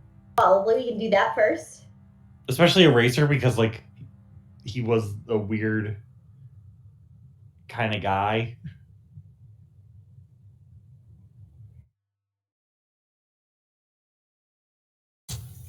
All right. Let's begin with that quickly. Performing. You want to be in on the autopsy of two people that were killed in a obvious murder case. Let's see. Ice Peak Slab actually has its own little backdrop, I believe. Where is it? There we go.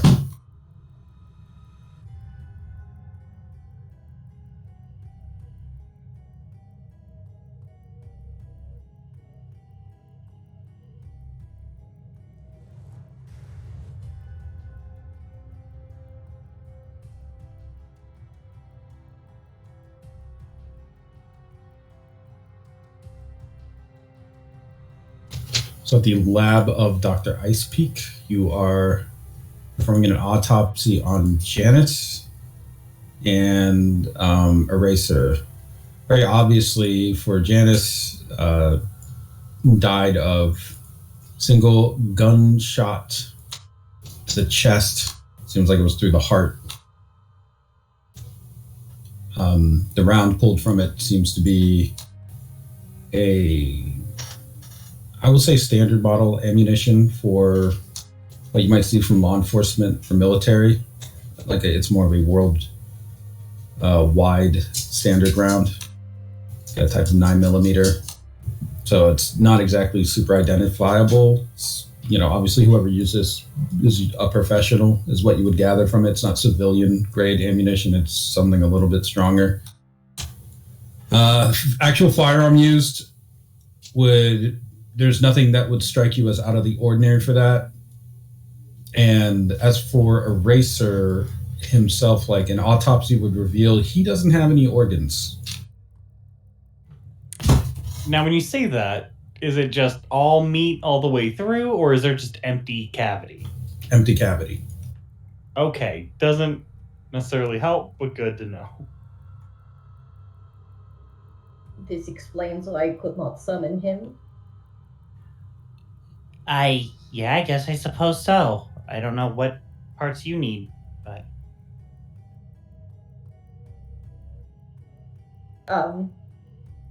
So does he have a brain? No brain. Oh, it No. seems he was near automatic.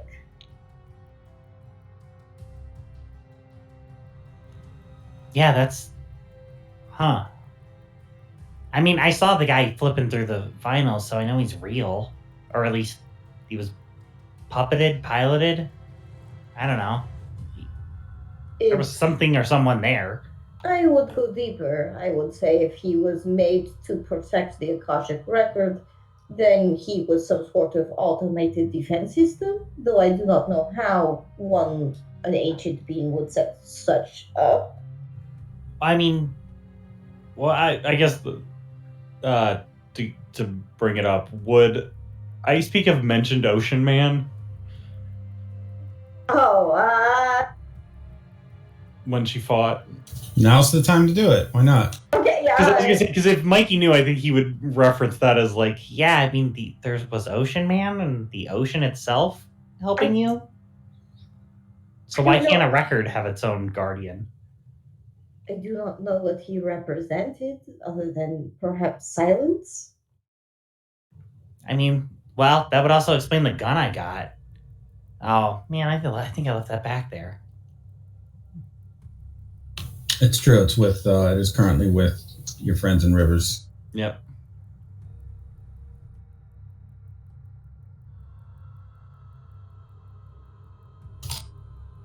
It may still be protecting us then. Yeah. Yeah, I mean, as long as they didn't fire Holmes, but then I guess... Well, consider that a record must be played, so silence would prevent that? Oh yeah, I was definitely thinking the same thing. That's why I was thinking about the gun, but without it, I guess we gotta make sure just nobody plays it. Is there any information in particular you're looking for from these corpses? I was more interested in Eraser just to kind of see what his deal was, and now I know he was just a weird, empty, hollow man. Hollow man, we don't know exactly why, but yes. I think Mikey would be like, Do you mind if we keep Eraser around? I guess since he doesn't have any next of kin, it'd be a pauper's grave situation. Do you mind if we keep him on ice? Maybe Stone Sour will find something. Like his DNA is weird, or I don't know. He's a scientist. Let him poke around. I would allow such things, though I wonder what sort of burial this creature would have wanted. We could ask the only other one, I suppose, that knew him. Was her name Janice? The record Yeah. lady? She's dead, right? Yeah. we have her as well. But that would involve bringing her back. I didn't know her. I just know she's a harmonizer, and the harmonizers knew her.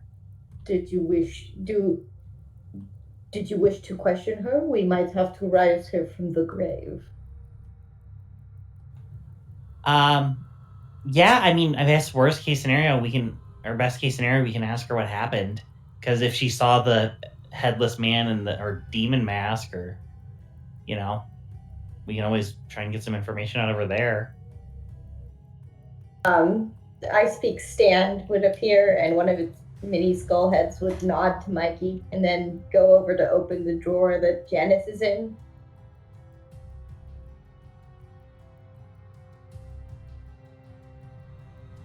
Okay, you want to call up the ghost of Janice. Just, ask her some questions, I suppose. All right. You conjure up the ghost of Janice. A figure begins to manifest in an empty chair in your lab.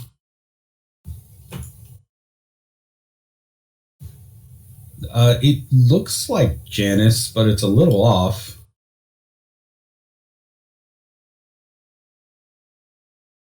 In what way?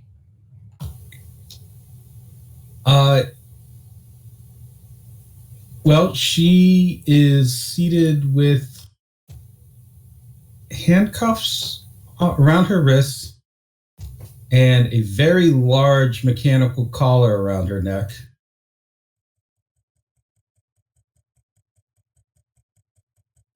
She begins to come to awareness, look up at you all,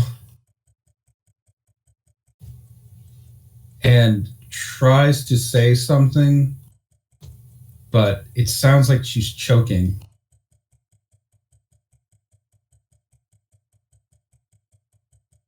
Oh, he planned for this.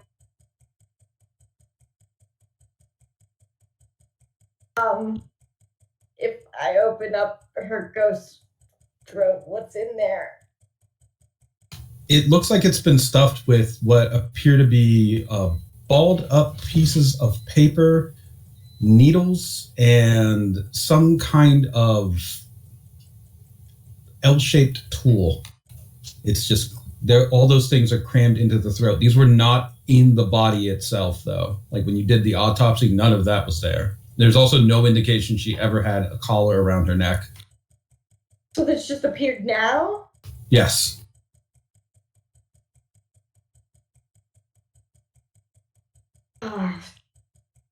It seems I have been targeted for trying to find out more.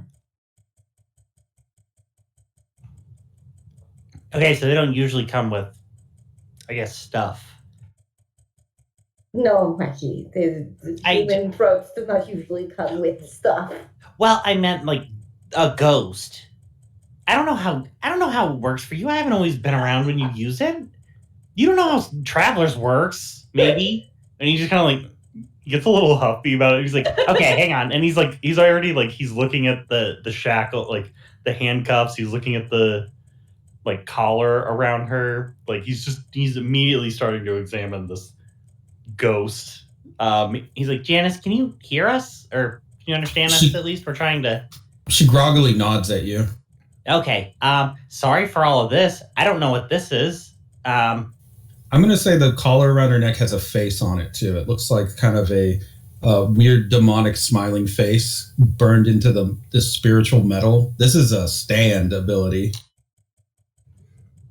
Yeah, I think he would kind of go out to reach and then like pull his hand back and just go, okay, so I guess Janice, this might you might not know, but I guess it doesn't hurt to ask. Did the person who killed you, did they do this to you before you died, or is this an after effect? She groggily shrugs, but then sort of half nods. She doesn't seem to have a clear idea herself. Okay, no, that's perfectly fine. Hang on. Can you? I guess at that point he turns to Icebeak and he goes, "Do you know if the ghost can see stands?" I'd want to ask her a question, but if she can't see them, then obviously the answer is going to be no.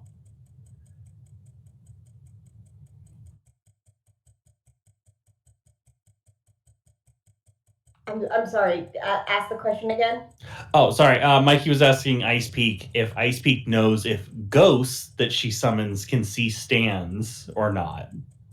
Oh. Or if it's dependent upon if the person in real life could do it. I would suppose it is dependent on the person having had a stand during their lifetime. Okay. Janice, real quick, do you see anything in my hand? And little travelers will kind of grow out of his hand and start fluttering around and like spinning. She stares at it and nods. Okay. Could you see things like this before when you were alive? She shakes her head. Okay. So then you wouldn't have seen anything when you died other than the individuals. And he pulls out the picture. Is it any of these three men or all three of these men? She points to the man with the mask. Okay, good to know. Also, thank you for answering. I was a little worried that if you gave an answer that this might go off or something. I don't know, because I don't know what it is. We had to deal with a lot of bombs today. And he'll put the picture away and he'll go, Did you? I guess since we can only really get yes or no. Did you see what happened to Eraser? Was that before or after you? She nods her head quickly. She seems to be getting very nervous now. Okay. It was the same individual or individuals. What did they take? What he was looking for? Did they take the records or record? I guess. She shrugs, but sort of half nods, again indicating she isn't sure, as she might have happened after she died. Okay. No, that's fine. You're doing wonderful. Thank you, Janice. We'll let you go shortly. I'm just going to kind of talk out loud. You can let me know if I'm right or wrong, but I'm assuming the individuals came in. Were you at the front of the store or at the back? I guess, nod your head yes for front, shake your head no for back. She seems to be confused, but nods. Well, in the record store, were you killed in the record store or were you killed somewhere else? She nods. She was killed in the record store. Okay. So you were in the store. This weird masked man rolls in.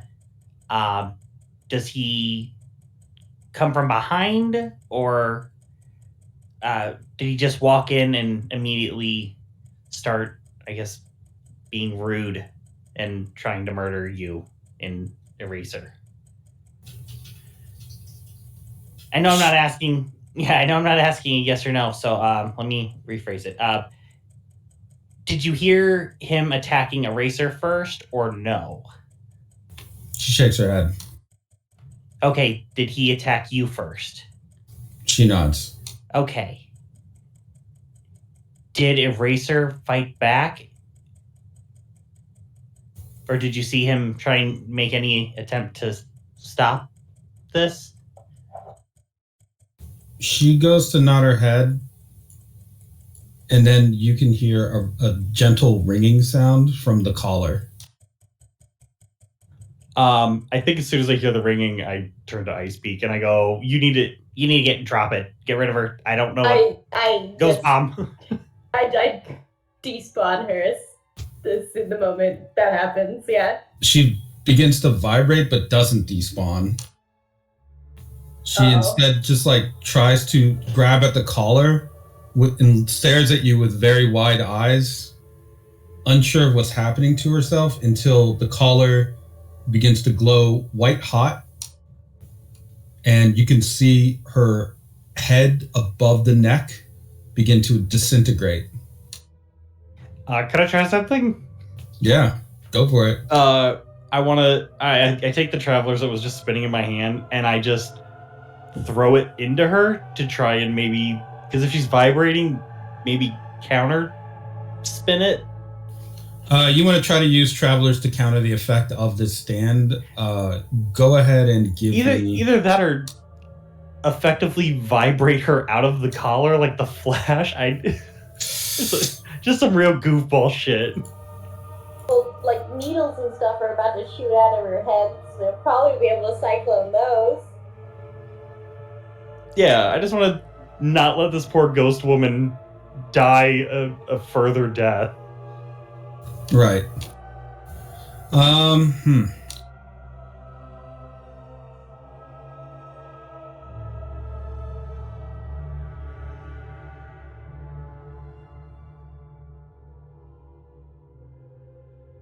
Yeah.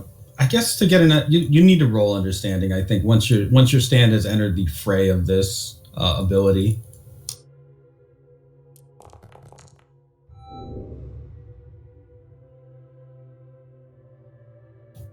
Okay.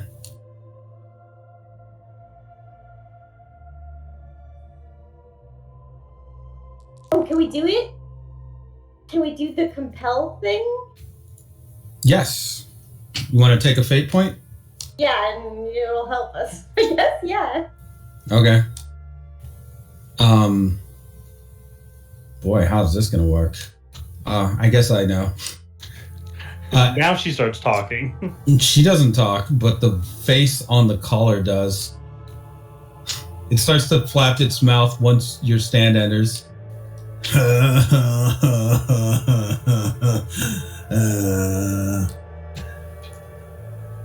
Funny. Funny. You think you can get through this, but you can't. It's a lock that exists beyond the physical realm. Life, death, none of it matters. Tick, tick, tick, tick, tock.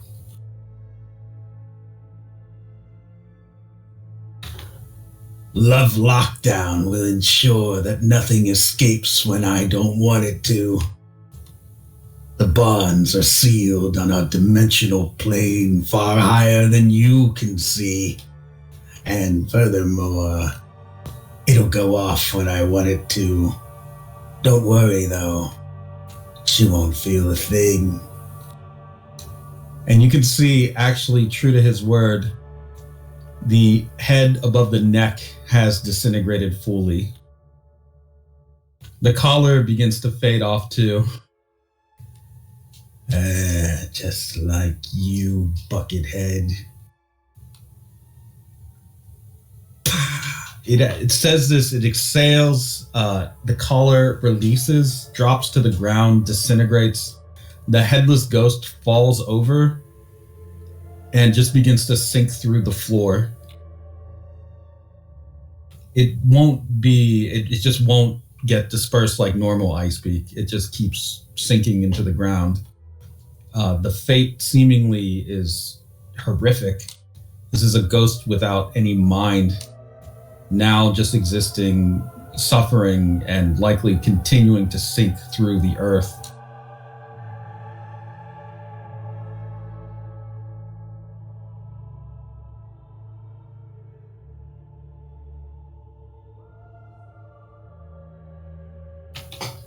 Who took the compel? I guess I did. I speak, you get a fate point. You also have the moderate consequence, absolutely horrified. Yeah. For someone who's super into peaceful burials, this is terrifying.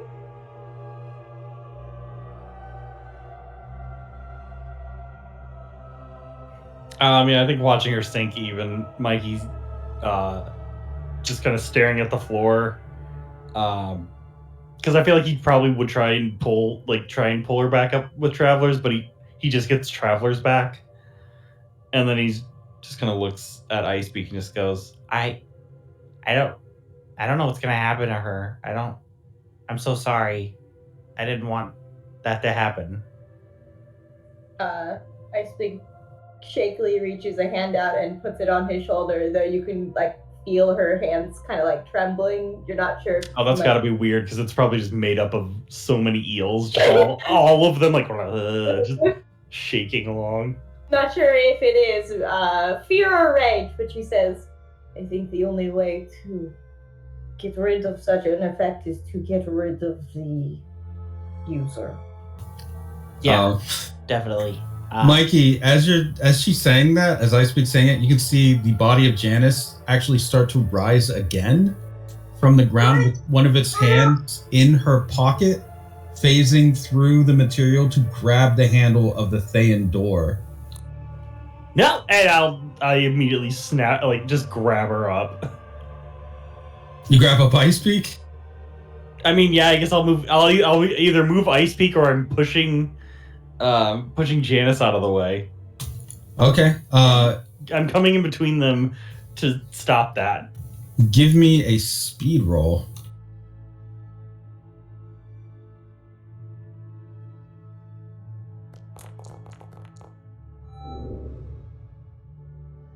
All right.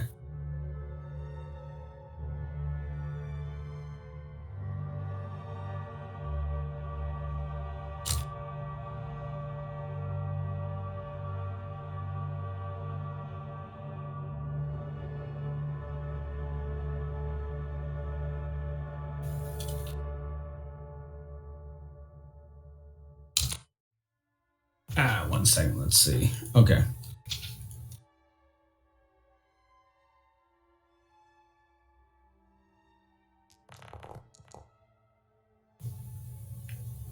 This thing is... The fluidity of the motion is not what you would expect from a ghost or someone of Janice's abilities. She is being moved by a different sort of force. You can sort of see this as the arms are moving, sticks that exist between like the bicep and the forearm kind of pushing, pulling like pistons almost through her form.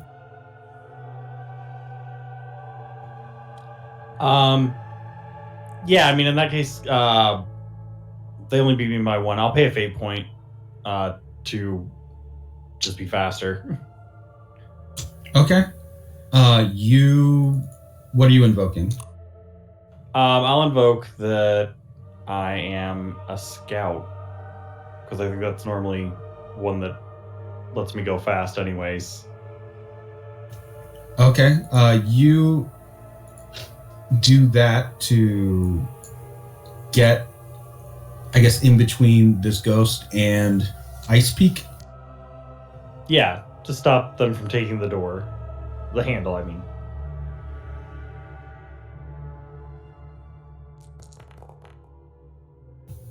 A third hand manifested out of watch parts bursts out from the chest area of this ghost and rockets towards the Thayan door handle, now trying to grab it.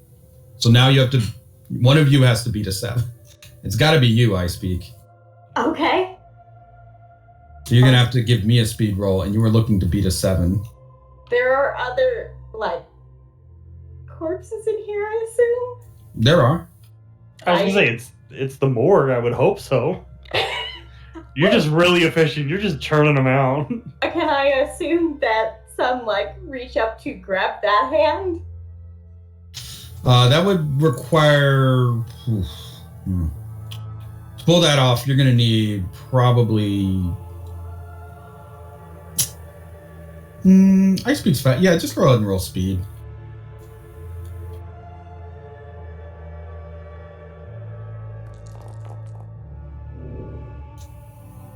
Two invokes would get you there, or you'd meet. 3 invokes would help you exceed it. I would like to do that. I guess one would be invoking my stand, and the other one, I guess I'll invoke my drive, cleansing of corruption, because this is some sort of... They're literally corrupting my corpses. Yeah, how dare they defile them here? Rude. Yeah, can I I'm gonna want to reach out and, like, pull on the arm. Yeah, you pull the arm. I mean, if you're meeting it and you guys are tied right now, it's more like the arm is pulling you. Okay. Like you are restraining it with ghosts. The arm is like grabbing you, and the other arms of Janice are reaching towards the door handle. So right now you just have it in a lock. However, because these 3 different attacks are all manifesting through one very frail spirit, it begins to actually lose its coherence. So once you're holding it in the lock, it seems like it's going to just fade off, lose its form. Whatever was holding it together, it seems to be just this combined stand attack that 3 different people were running. This poor spirit. Don't worry, she doesn't have a head, so she can't scream or anything. Okay. So in this moment, this ghost is about to lose its form, and then who knows what happens to a human spirit after that, you know? So what is it that either of you would like to do with this? It's obvious they can pull something back through, right? Yeah, there has to be an escape plan here. I mean, once it gets a handle, it has to be able to put it somewhere. If I, like, turn around for just a second, hide the handle, form a handle out of, like, lampreys? Because I can form into a human. Can I form my lampreys into a handle? Yes. I want to, like, do a switcheroo and go, oh no, and let him take it. Okay, you won't even need to roll because it doesn't have a head, so it's not going to know. It's Okay. going to grab your eel lamprey fake handle, push you away, Okay. go towards the nearest walls, jam your lamprey eels into the wall, Oh, that doesn't work. and then basically stops, pauses, just starts repeatedly slamming your eel into the wall to see if it'll connect. Ow. I guess, can I ask you a question? With the doorknob, what is it? What kind of doorknob is it? Like, is it just like the most inauspicious doorknob? It looks like a black handle, like a curved, one of those curved types. So it's like, Okay, so it's not like a rounded one. no, it's not. It's not the little turny knob. It's Okay. Yeah, it's like an actual handle. Yeah, Okay. yeah. I was gonna say, because if watching that, I think Mikey would immediately just try and find the nearest door handle that matches and just yank it off the door and replace it. So that way at least she isn't feeling that's ow. Because I assume if it isn't exactly painful, it's gotta be like somebody just poking you. No, but look, he's gonna realize that he has the wrong one soon. Because it's not working. Oh yeah, no, we're getting out of here too. It looks like that, yeah. Handle? Okay. Yeah, like one of those types of handles, those pull handles. Okay, I think if he sees, obviously if he sees the door and the handle and knows what it looks like, I think Mikey would just start like being like, "I'm sorry, Ice Peak," and just taking things and just forcing it into the crude shape of the handle and just dropping them around and just leaving them places so that like there's a chance that like it'll find it and be like, "Oh, okay," and just find it again and again. There's hundreds of handles in here. Yeah, just litter the floor with them. Like he's taking scalpels and just bending them, and he's just like, I'm sorry. Like he just keeps apologizing because he's doing it. Because he knows how much she likes her stuff where it is, and he's He's now just ruining it. No, it's... and he's now created like 20 doorknobs. Oh, this music has changed. The ghost body drops the fake handle,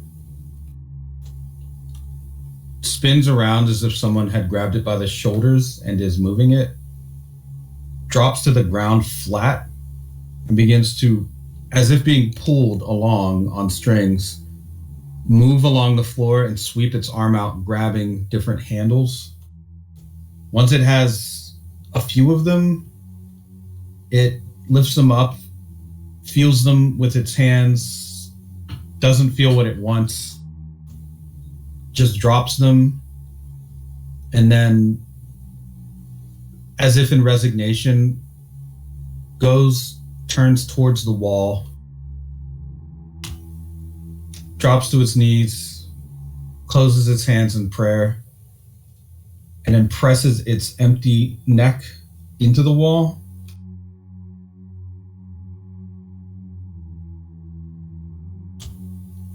That's where it stays. It seems to shut down. Where has the third hand gone? Oh, it's Cortland's hand. just not even there anymore. Can my eels have wrapped around it? Potentially. It was a manifestation of a stand attack, not necessarily the... So it would more fade off from existence? Yeah, it just kind of goes. Okay. This thing is just going to be kneeling, praying in the corner. It's just this ghost of a woman. It's not in the way. It's just there.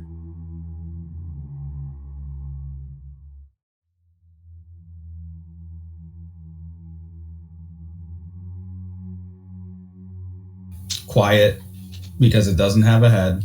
Motionless because it doesn't have a purpose. And there is no afterlife for it here. It'll just be stuck. It has the collar on its neck, right? The collar The faded off. after Yeah. use. Okay, so it's okay. Can I dismiss it now? You can try. Okay. This might require an actual exorcism. Oh, And the person we knew who did exorcisms is the Antichrist. So what are we supposed to do? I would like to learn how to exercise things. I mean, you have Dolly. Oh, that's Or true. Dora But she Lee. also does it with a gun. Yeah. How's she supposed to headshot a demon without a head?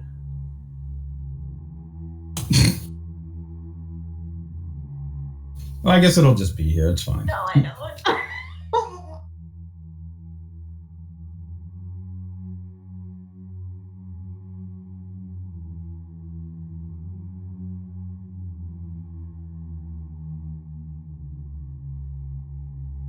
You guys now have +1 innocent lady headless lady ghost.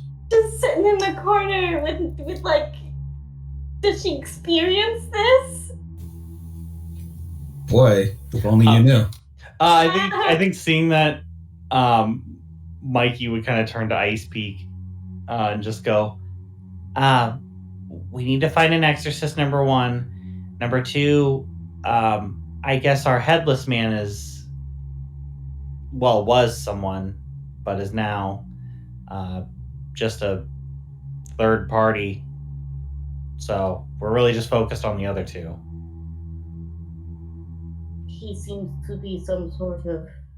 Well, I am unsure if he's a stand user or a demon. Yeah, not sure on that. Also, was he calling me Buckethead? and he kind of like adjusts his hat. That may be his name. Perhaps you have similar nicknames? Yeah, maybe. Seemed kind of rude. I mean, whatever. We'll deal with him. Okay, so we have Cortland and Buckethead. And he writes that like over top of the picture that Stone Sour made. It seems he is our puppeteer, like with a razor. Yeah. I am thinking perhaps he used this stand to get you to kill Eraser, because he could not otherwise. Yeah, probably. He just kind of shrugs. I mean, my head's still here, so that's nice. Well, the Eraser's was... He was a puppet when we found him. Yeah. Well, yeah, we can't. I was gonna say, yeah, let's autopsy the ghost, a thing a normal person would say, to see if their insides are all empty. Oh, I suppose I could walk over and look down the... Just look, yeah, I guess. because the head is gone? Look down into the essence of what a ghost is. Yeah, look weird. In this case, you're going to have to give me a durability roll. God, okay.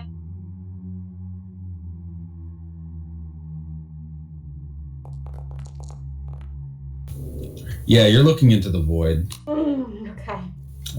Figuratively and possibly literally. You are troubled, to say the least.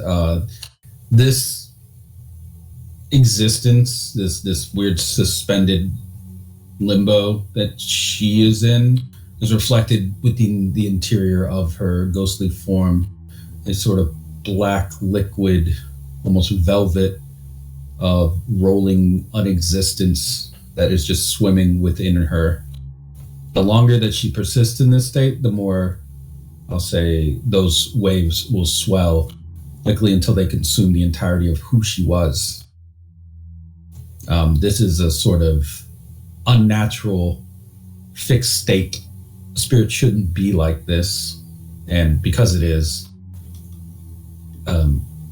this cycle, we'll say, has been heavily disrupted.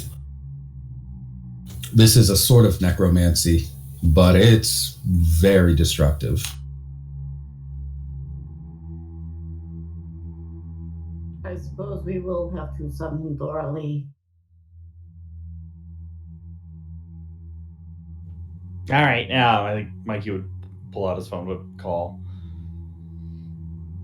And let the others know that we got attacked and now we have to deal with a ghost.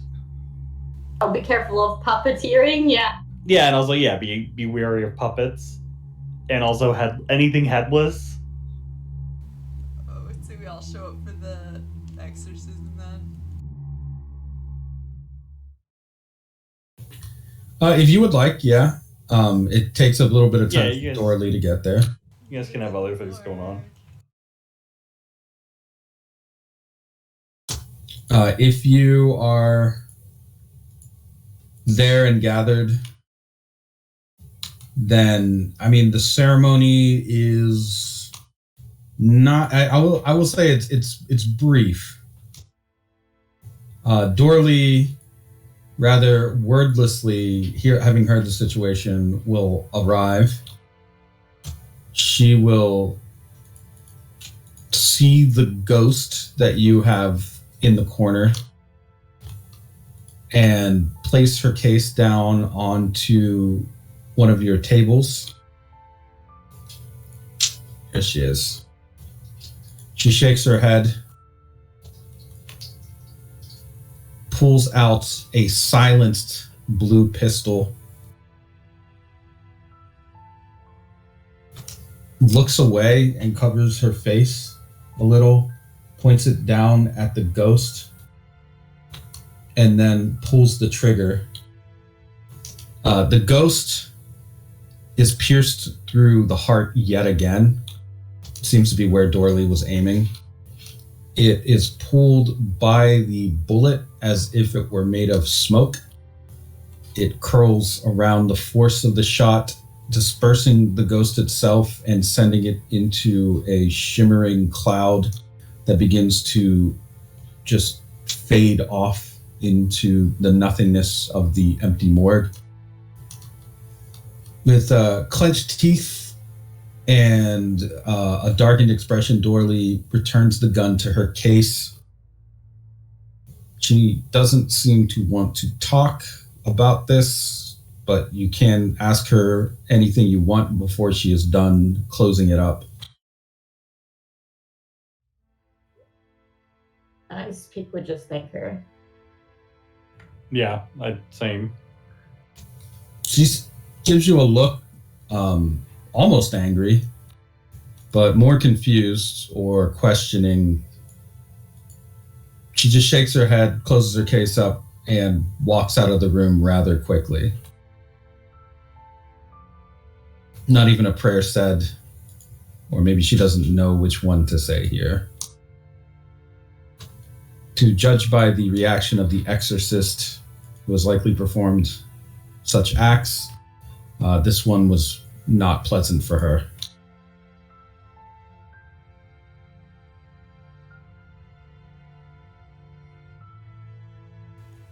So, I'm guessing that's a confirmation that this is the Leroy's people.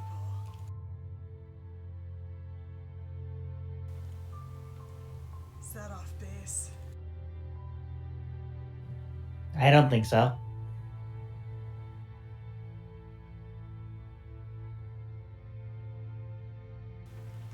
Well, they do want to. They have at least been hired to get into the lighthouse.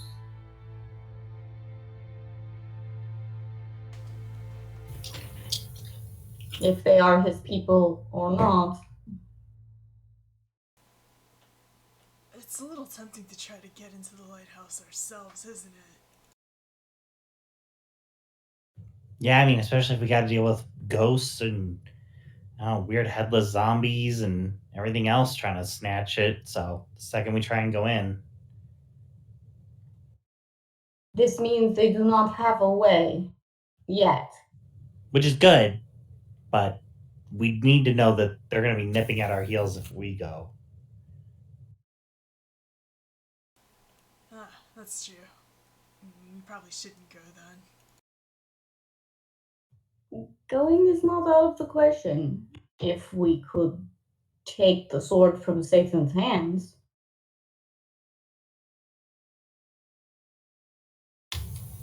I would say probably around this time, the phone in the morgue starts to ring. Okay. Guess I'm picking that up. Okay. You pick up the phone. Would it be assumed you put it on speaker? Or, well, I guess you have to see who it is first. Yeah. And the person on the other line is basically, I mean, first of all, caller unknown, of course. And second of all, they're just kind of raspily laughing at you.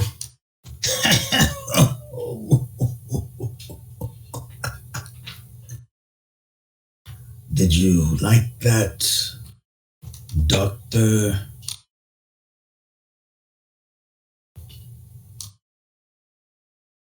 I do put it on speaker before responding. No, not particularly. To tell you the truth, I don't know what happens when someone dies with love locked down around their neck, but I assume they don't go to heaven or hell. They probably just drift around, probably food for the cleaners. What do you think? You're something of a collection of bottom-feeding scum? Probably food for you. You should eat up. She's a rich meal. Although you are correct in your assessments, I have no interest in feeding on the dead. Well, that is a shame because I called to make a deal and you'll have more food ready if you don't take it. You know what we want and you know what we can do. So, I'll make my terms perfectly clear for you. Every day until you turn that handle over to us, one little piggy with a neck warmed by a collar is going to walk its way towards your police station.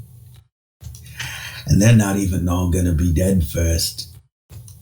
We'll just keep sending them over and over until you've got enough dead bodies to fill 2, 3, 4 morgues. Who knows? Maybe we'll just work our way through the whole island and there won't be anybody left to call the police. What do you think of that, Doctor?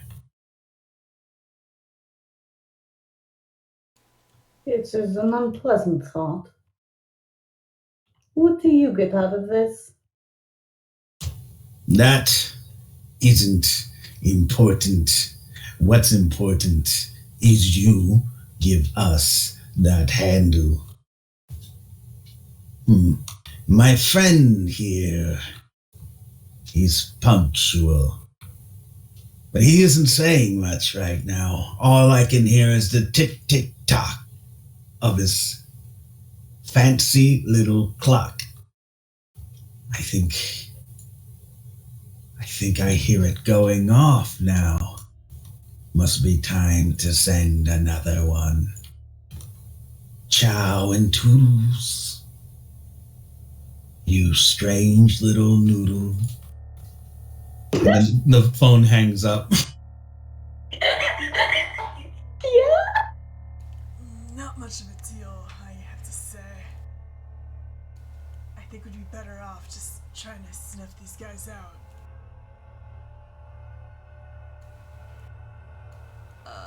Enya's gonna head out of the morgue to see what he was talking about, though.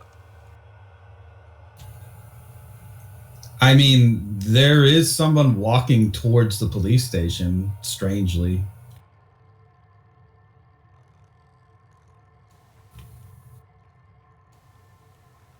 Alright, yeah, she'll go out to meet them. You recognize them from the House of the Rising Sun. It was the prostitute that you saved from Gutter Town. Oh. They have a scarf wrapped around their neck, and they seem very panicked. Oh, hey, what are you doing here? She tries to speak, but she can't. Her voice is raspy.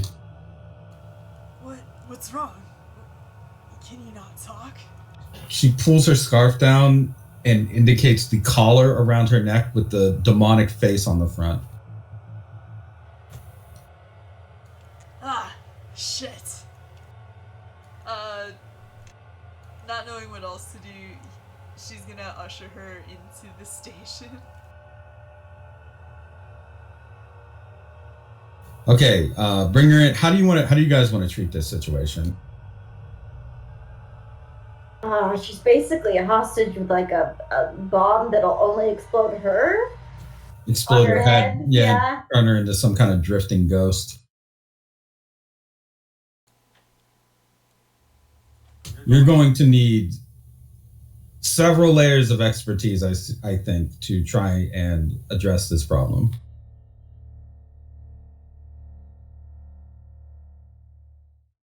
Well, I guess it depends on what you guys want to do. What do you want to do? You want to get the collar off, correct? Yes. You don't want her to turn into a headless drifting ghost that needs to be old yellered. No. Oh my god, is there some sort of ethereal surgery we could maybe attempt? Because it's a stand ability. This is like, can you alchemize this? Is what you're asking? No, like, there's gotta be a way to like get on that level that the stand is on. Some way to deal with a supernatural attack that's like got this sort of component. Well, first you need to get her to a place where you can actually perform some kind of work or operation. Would you like to just be an Ice Peaks lab? Yeah, I mean, we can put her down on one of the tables. Okay. So there's a combination of different things you can do here. You can ask me for advice, or I will hear whatever your ideas are. But this is a stand. Seems to have mechanical components. Seems to have a trigger or a timer, and renders the user unable to speak.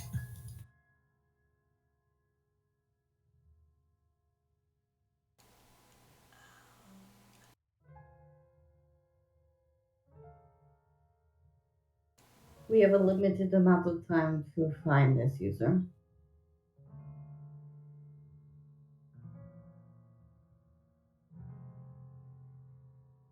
They really could be anywhere in the city. Yeah. And that bomb collar is going to go off before you find this person, likely. However, you have a few different advantages in your favor. You have travelers who can perform an analysis of things below the surface and maybe figure out components to spin or unscrew in a somewhat literal sense. This collar does seem to have actual screws and bolts.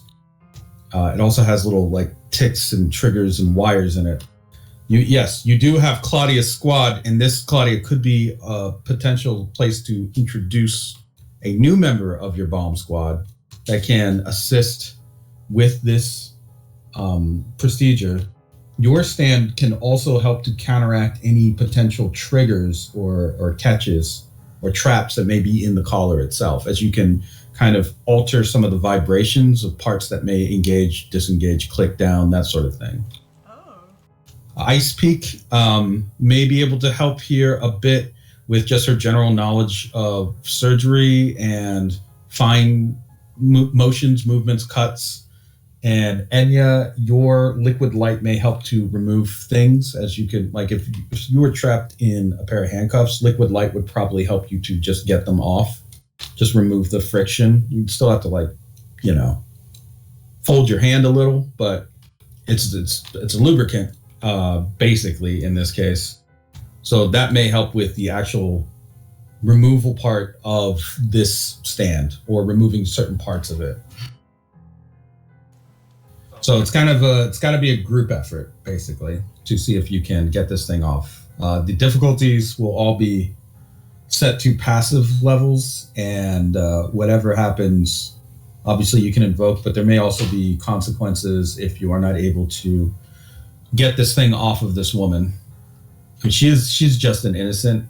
Well, yeah, she's just an innocent from Gutter Town who's trying to turn her life around. So that means rolls from everyone going in order. Alright, let's try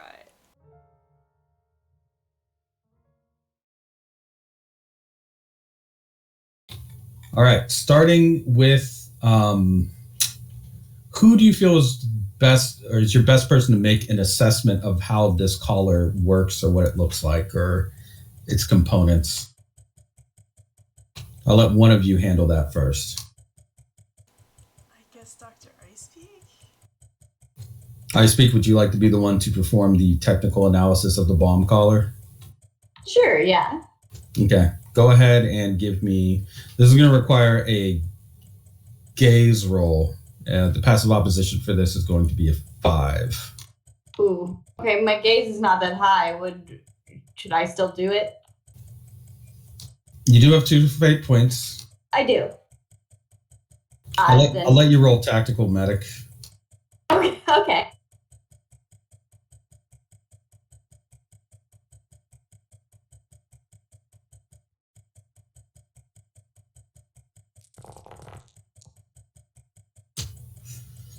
One fate invoke would get you there. Okay, then I will invoke my brain. Okay. The puzzle? Yes. Then I will invoke my brain swarm, and that'll give me 1 more, so it'll be 6. Put 2 to invoke, and then 6 because of the brain bonus. Okay. So a few things here. One, this collar, now that you can see it, just sort of like you could see up close the other collar, this collar is of a different construction. And in fact, the parts seem to have been moved around a bit, indicating that it's possible each bomb collar is going to be set up in a different configuration. So analysis that you make here may not be applicable to all bomb collars that you encounter. Instead, it gives you a general idea of what you're looking at. There's the trigger, there's a locking mechanism, screws are set into certain places. You also, with a 5, will notice that some of the screws are false screws. They're falsely attached to things. Instead, the only thing on the back of them, judging by the way the construction of the actual collar, the only thing that could probably be behind them is another trigger or some kind of wire that once the screw is removed from it, it would just, like a dead man's trigger, go off. So there's multiple false screws that are there as a trap. However, because of your analysis and your understanding that some of these screws may be false, you provide a +2 boost to either, just in general, +2 boost. As you go on with this, like, the difficulties will be getting higher. So keep that in mind. Sure. Now that you have an understanding of how the color works, you're not like a bomb expert. That actually requires your Claudia's bomb squad, likely. So you can either have travelers try to remove certain pieces or disable certain pieces, or you can just have Claudia's bomb squad come in to provide some advantages as well. Which would you prefer to do? Bomb squad. Bomb squad? Yeah. Okay. Claudia, you there? Yep. All right, Claudia, your bomb squad by now has been used quite a bit. This may be the first metaphysical bomb that they've ever encountered. I'm going to say likely so. Who do you think on your team would have experience with ghost demons, stands, anything like that? Like, you probably have maybe a vague idea of what these people are like or what they've been through. Who do you feel like maybe has that sort of experience? The closest probably would be Danny, I think. Okay, so your leader. In this case, the bomb collar is, I mean, it has to have some kind of mechanical sensibility to it to manifest at all. It doesn't necessarily have to, but in this case it does. So even though it is like a supernatural bomb, it does still follow some of those rules. So go ahead and give me a roll of your leader, and you are trying to beat a 6.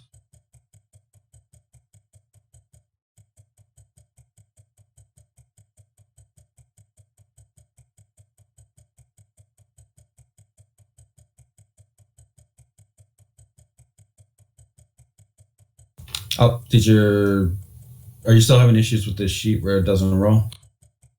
Sometimes I think I got it. Yeah. Okay. A single invoke will get you there. Yeah. I will invoke.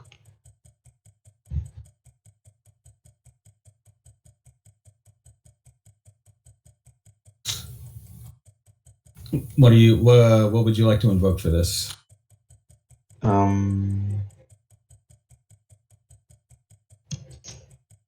I'd say probably their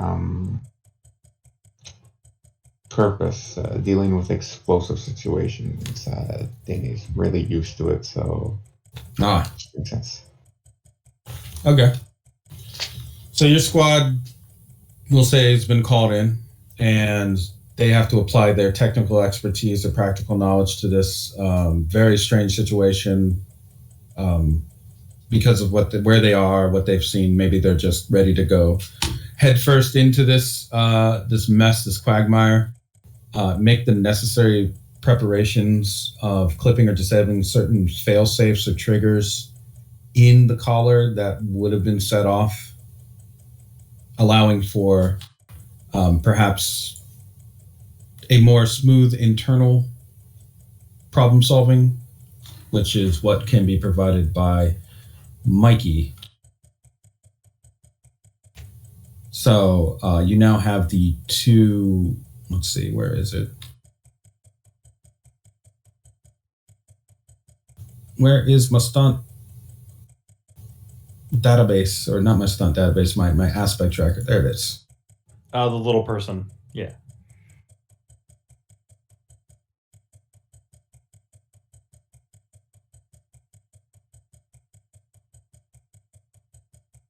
So you have two aspects right now that you guys have created, two boosts. Love, lockdown, analyze, and dangers disabled. Mikey, now that there is kind of a more clear path in terms of what's been analyzed and many of the mechanisms that might have tripped you up, I will say that you could use travelers and spin abilities inside of travelers to undo certain parts of this collar further. It would take some pretty precise movements so that you don't trigger anything inside of this thing. So that will require a precision roll.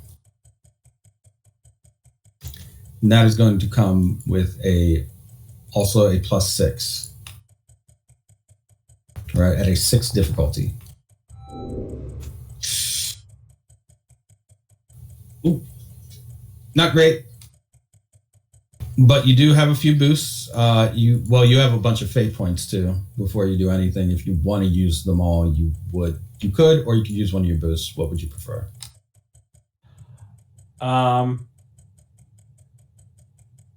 Yes, we can use the boost. I guess. I mean, I feel like I need to pay at least a fate point to re-roll because I feel like that's too many negatives. All right, yeah, go for it. What do you want to invoke? For this, I'll invoke travelers. Okay. Since I'm reaching in there with them to feel it out, so I think it only makes sense that that's what I'm doing. As your stand is moving through this, as travelers is moving through this, you can tell this is a very cold, dark metal. It feels like it was made out of the gates to a cemetery. It's weathered, it's chilly, and it has the kind of air of death around it.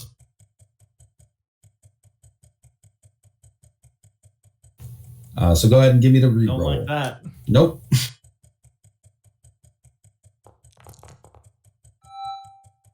Good Lord.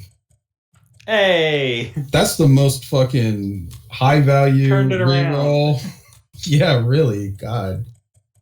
Very nice. You just need one more invoke to get over that. Yeah, I'll do... for that, I'll use the Love Lockdown Analyzed. Okay. Since I know kind of where I'm going, I'm not unscrewing the wrong screws or anything like that. I know what to start looking for. Okay. You're going to use that boost of Love, Lockdown, Analyze that uses that invoke. So with that, you create another boost for this situation.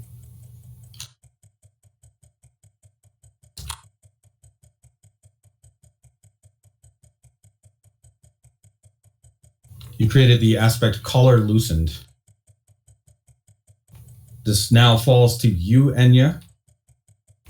Now that the color has been loosened, a lot of the traps removed from it. Yeah, I guess it's a matter of flushing it out. Yep.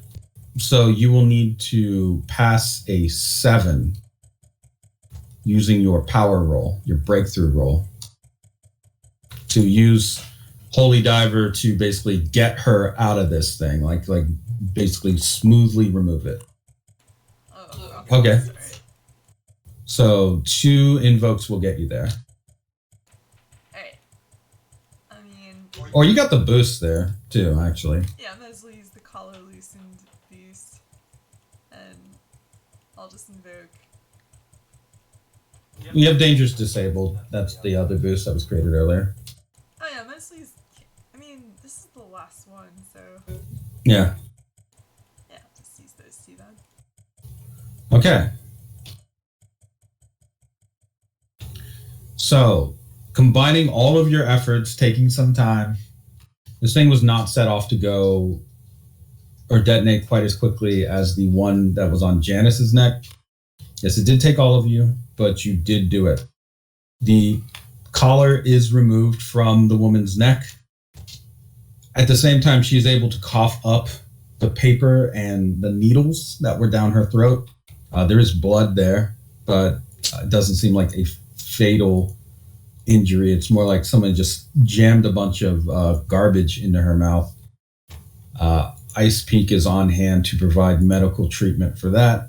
But this woman was also a merman, so she can probably regenerate from that. It seems, I would say, Ice Peak, you don't even need to roll. You can tell that was somewhat superficial damage, some of it. And the collar, once fully removed, shakes to pieces and just kind of like falls into several different fragments that will fade off. The jumbled up paper doesn't say anything, right? Oh yeah, it does.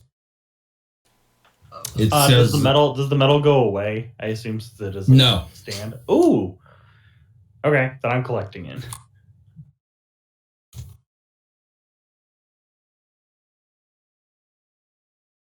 Free evidence. It's just free evidence. Free evidence.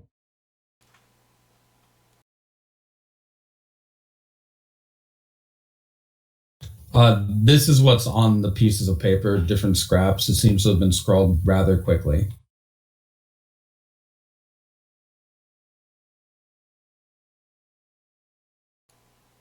Huh, this guy's pretty upset.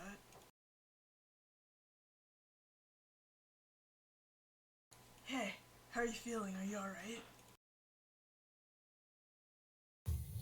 The woman, she seems pretty... Obviously, she's pretty shaken here. So she can answer some questions if you have them, but she seems really out of sorts. So asking her if she's all right, she does nod that she is now all right, she thinks. Did you see anyone approach you? I didn't... Someone I never saw before outside of that spot. House of the Rising Sun. Wore a mask. It just got me when I wasn't paying attention. Put this thing around my neck and shoved all that garbage into my fucking mouth. Did he have to physically touch you to do this? She doesn't seem sure, but he definitely grabbed me.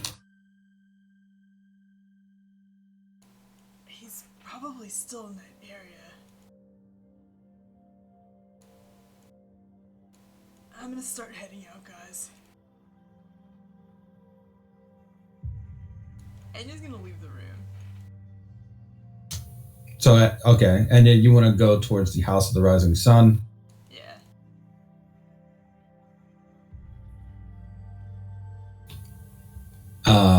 The rest of you were able to save this woman's life, and she's probably going to need some time to rest or recover at least.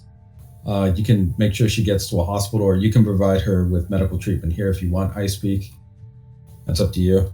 Oh, I'd be happy to. Okay. I mean, she seems more shaken up than like actually injured.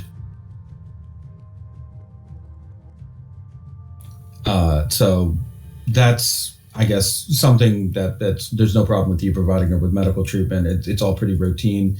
Like as mentioned, she has some lacerations within the throat or puncture wounds from the needles, and plus like just having garbage stuffed into her throat. But she's fine now, and your medical treatment pretty swift. I'd say you're able to make sure there's no kind of infection or long-lasting damage. Oh God. I'm gonna say for you, Mikey, you wanted to keep those needles to perform some kind of analysis on them. Yeah, the needles, the parts, the metal parts. Since I got the feeling that they're made from gates of a graveyard.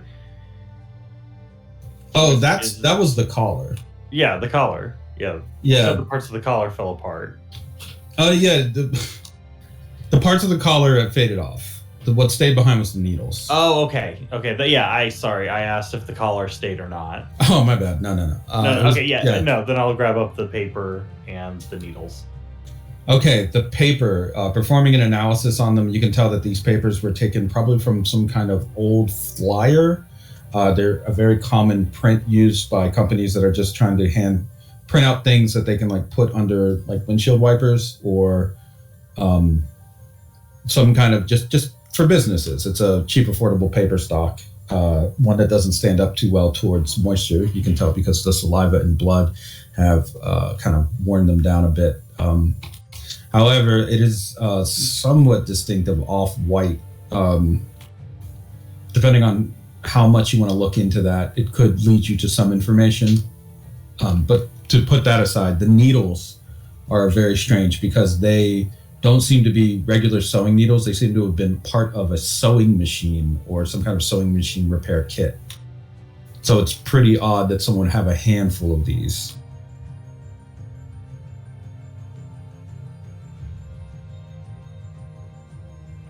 Okay. Yeah, I think with that, Mikey would start trying to work on those leads.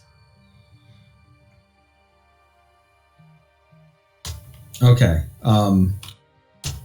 So I guess Claudia, is there anything you'd like to do as part of your rapid response to this crime?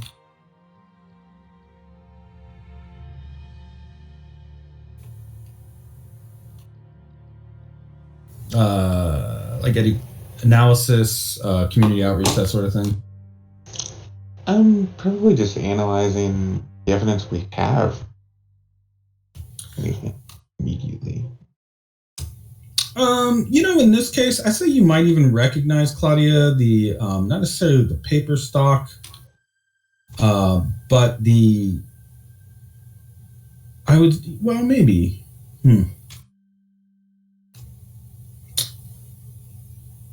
Or, actually, no, you might recognize some of the needles. You're a mother, and you are also someone who probably likes your more vintage Hawaii Five-0 rock and roll clothing.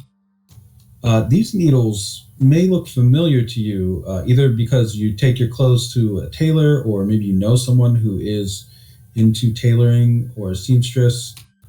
These look like they belong to an older vintage model sewing machine that is used by people who kind of specialize in kind of antique vintage wear that buyers like to have professionally maintained with the standards at the time that the clothing was made. In this case, these machines look like they were from the 1980s to 1990s, something you personally maybe have run into before or seen before. You can tell from the strange kind of like curvature at the end of the needle from where it connects to the machine, or different slotting that may be found towards that end. So it kind of sticks out to you like a sore thumb.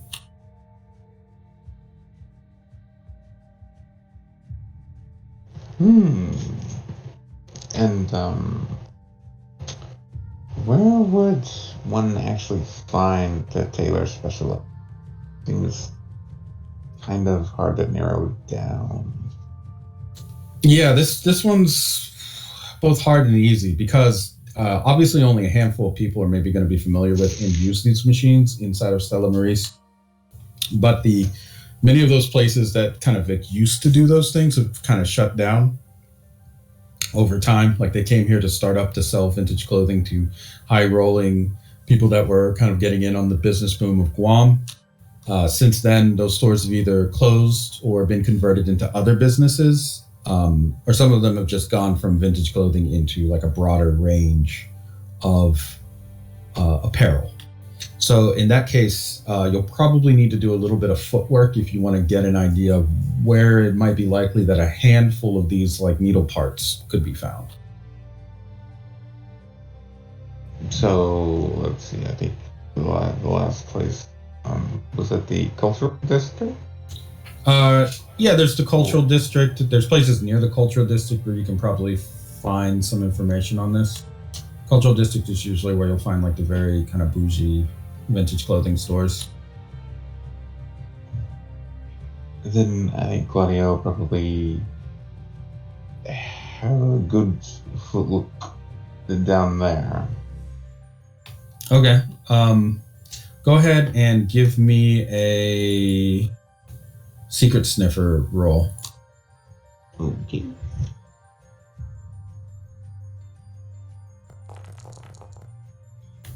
The 2.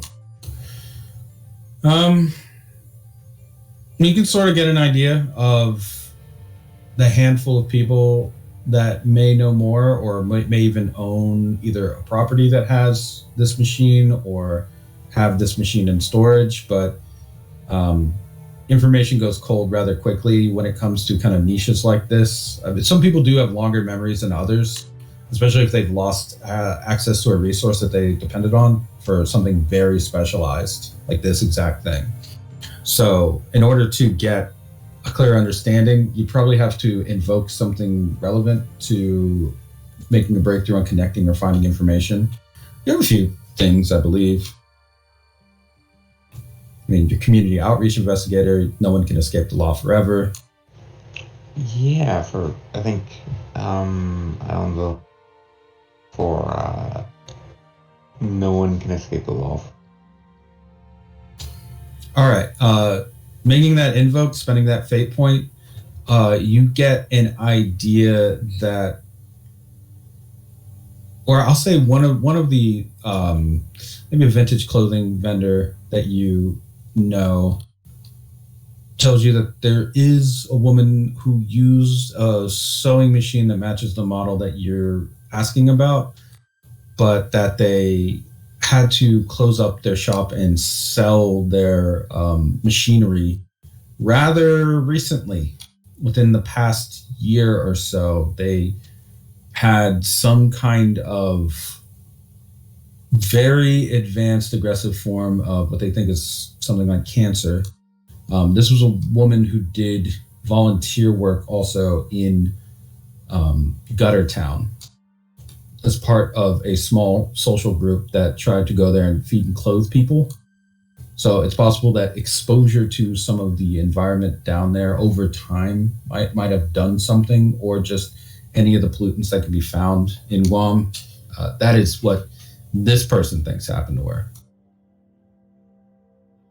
Most notably, she said that the woman's insurance company would not cover any of this at all.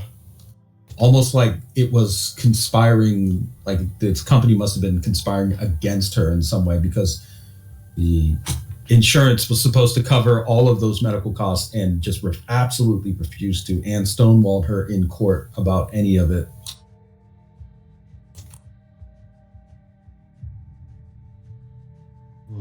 So probably ask if they at least perhaps remember they sold it to, or at least the company they sold it to, if possible.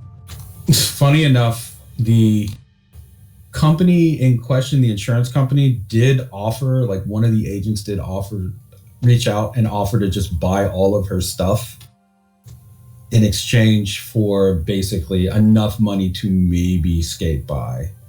So someone personally reached out from the insurance company and tried to reach an agreement. The company in question that would have bought that is called Le Monde Insurance.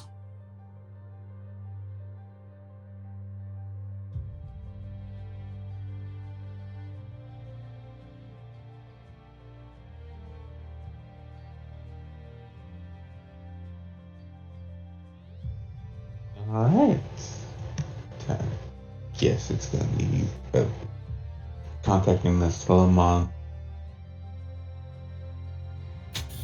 Le Monde Insurance is no longer available as a company. It's completely just vanished. Like, this company was swallowed up by other companies who were swallowed up by other companies. Oh boy.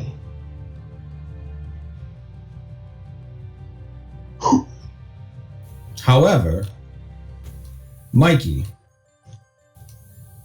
some of the paper that you found, the strange stock that was used on those flyers, could provide some insight to your fellow officer out here in the field. If you're able to connect the dots as to where or why that paper would have stuck out, that maybe could help you out here. Yeah, I'll do some researching on the paper. Okay, you give me a find the light roll.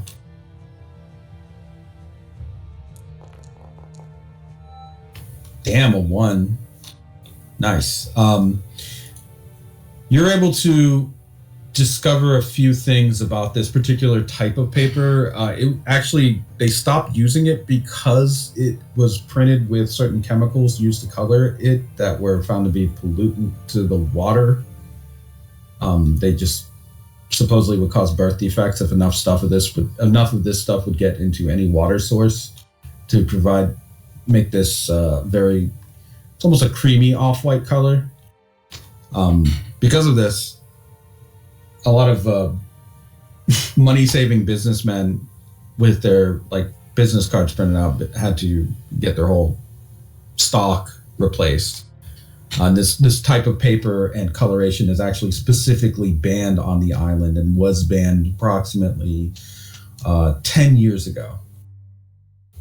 So that alone can tell you that wherever this paper came from, it had to be from a business that is likely closed down or is no longer in operation. Somebody would have had this basically contraband paper just lying around or something. Okay. Would Le Monde have gone out around that time? Well, Le Monde went out of business. Or is that farther back? Le Monde went out of business much sooner than that. Le Monde went out of business a few years ago, roughly. But it was in operation before it went out of business. Rather, it was absorbed into other companies. So if you go back and look through some of the records of Le Monde Insurance, you will see that they had 2 offices. One being sort of on the very west part of town, the other being not far away from the trenches. Yeah, I think I would pass that information along, especially since I know Claudia and Enya are out and about before probably heading to the trenches, because that seems like the safest bet. All right. Claudia, that information getting passed along, connecting the dots of what you know about the company in question and kind of whatever happened with this seamstress. I guess you can give me let's see. Another secret sniffer roll will do here to figure out something about this situation. gosh, with a 5. Okay, a 5 is going to reveal through your kind of like footwork investigation here, and you kind of hustling up your contacts, that there is confirmation here for what Mikey would have found. Lamont did have an office near the trenches. It would have used the paper, or likely did use the paper that was now considered contraband, this stock. And additionally, there is a location not far from the office that Mikey found, which seems to be a storage facility owned by a completely different company. That company is, let's see.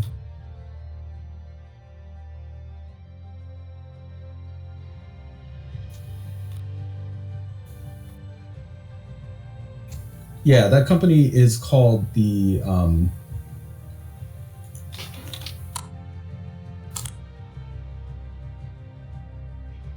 Fragment Storage Co.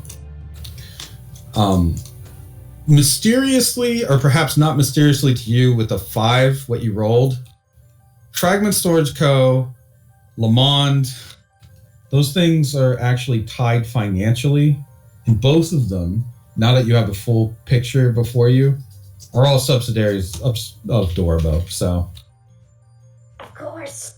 Step backward. Of course.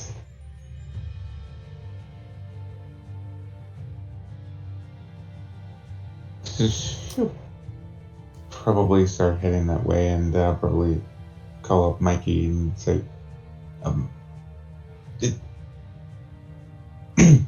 think we should probably check this fragment storage office out. Maybe that'll lead us to the source.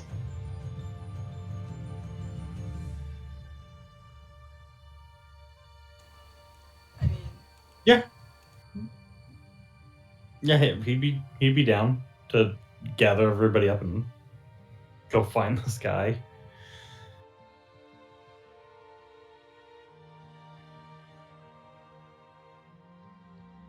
okay, so you, with all of your group together, are heading towards this destination, not far away from the trenches. Very possible that the woman you saved, and you're familiar with this area, it's very possible it would be within walking distance almost of where she might have been if she were going to or from the House of the Rising Sun. So it's very possible she could have just been walking down any street, and from an alley she could have been ambushed. You have, I'd say, a good enough idea of like the layout in this area. wait, you're saying that Fragment Storage Company was close enough? I would say, yeah, Fragment Storage Company. That's not quite within walking distance, but it is like you can make the connection that somebody could have traveled to or from there, or like it could have happened within, like, I don't know, 20 minutes less. Someone could have walked over, grabbed your person, put the collar on her, sent her towards you. Like, it's close enough that somebody could have done that, basically, and likely not drawn attention to themselves either, because it's not exactly the best part of town. This area is, I mean, it still has businesses. It's not quite as bad as the trenches can be, but it still looks a little bit run down. Some businesses are closed around here. Some of the houses are, yeah, they're unoccupied. I'll say, not in great condition. It's like a mix of rural, residential and commercial properties. These guys probably have no idea that we're onto them, so perfect ambush time.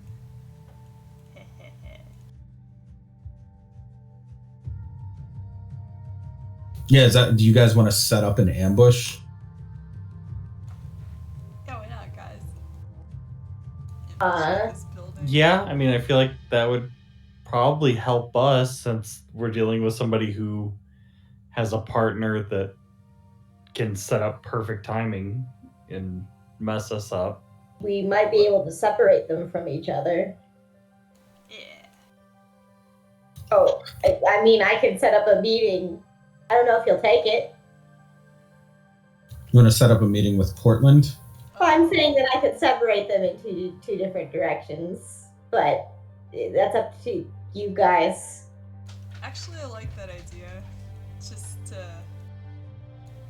yeah, I like it. I don't know if he'll take, because he knows he's fighting me. He heard my voice, so.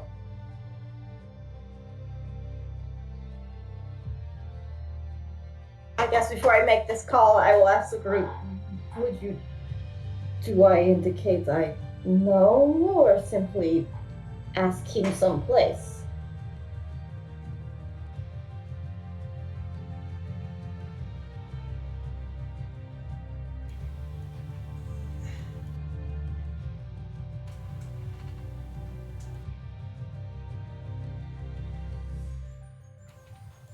I mean, I would say do it, but I mean, I guess we don't know the range of his stand, because depending on, if you send him to the other side of the island, could he still trigger something on our ambush's end, or? I am unsure. I think it has to do with his watch. The first day I met him, he had to reset it to give him more time before the bus arrived. I assumed it just a quirk, but I think it has something to do with his stand. Yeah. Well, possibly. I mean, we can give it a go. The worst thing that can happen is we just have another layer of dealing with it.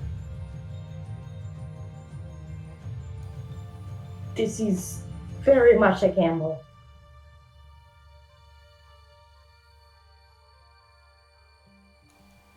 I mean, it's that, or we do, an impressive deconstruction bomb removal every day, I guess.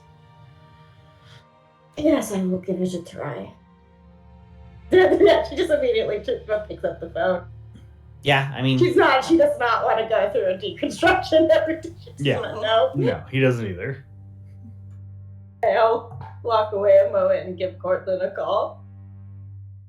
Because I assume that they'll increase in number too, because we got one person. Oh, and next day is 2, next day is 3. Oh, I was gonna say it's 1, 2, 4, 8. Oh, exponential. Oh, Yeah. good. Yeah, wonderful. Good. Yeah, you're not wrong.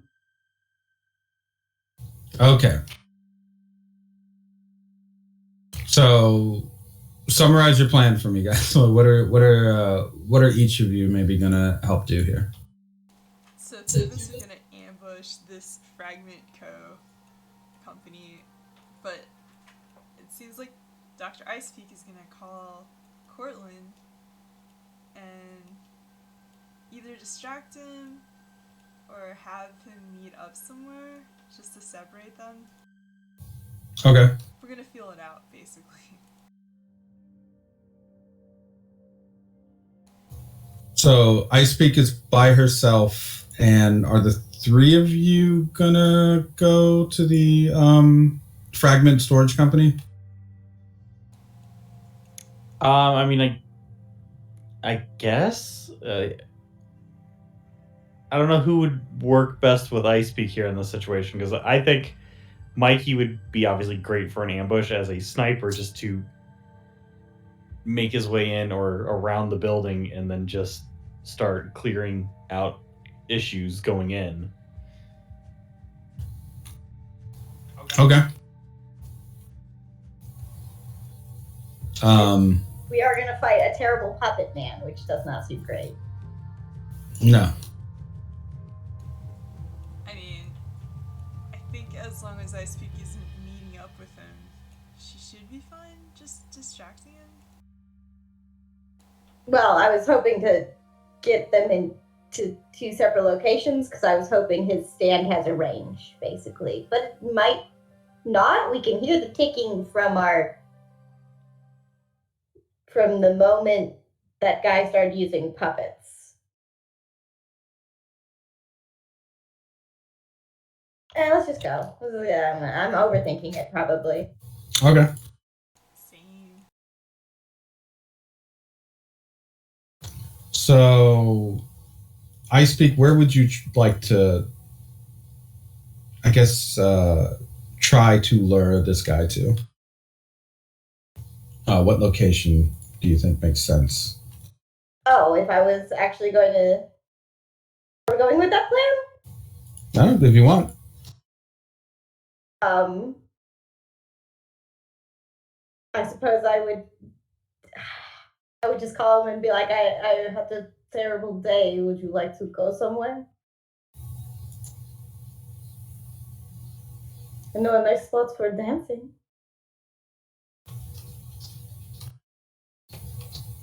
There's silence on the other end, but someone has picked up. Hello?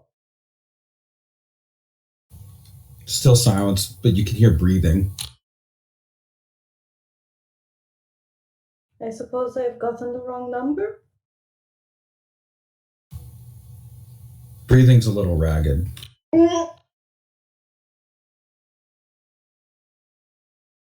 Oh no.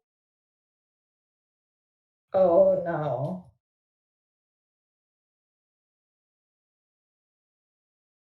He might be a puppet.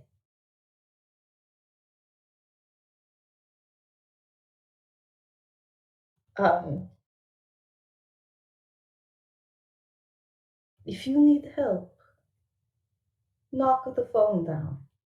The phone gets slammed violently against the wall.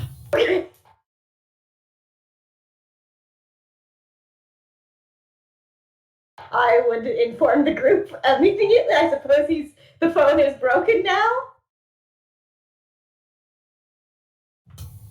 What's that?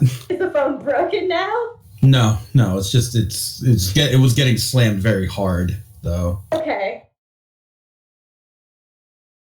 We will do our best to assist you.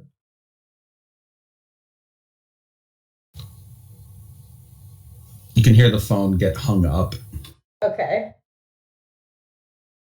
I guess I gotta go tell the group. So there's a chance he's a puppet himself, is what you're saying. It seems highly likely. He has a rough voice, as with breathing of all the people the victims of the puppeteer, and he cannot speak. Well, because he couldn't talk, we couldn't really confirm it was him either. That is true. But consider that the puppeteer mocked him for being silent during the first phone call. Well, potentially a bit of a rescue mission then.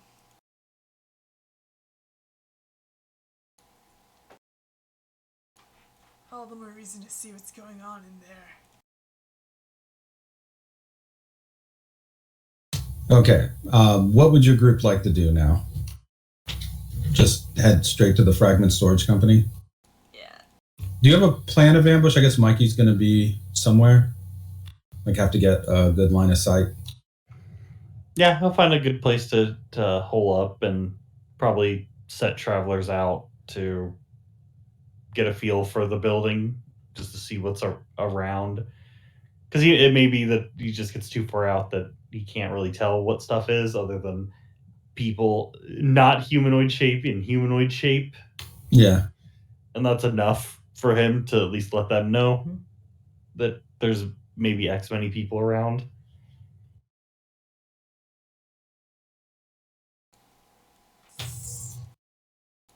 So in typical ambush style, usually two sides of the building are breached at the same time.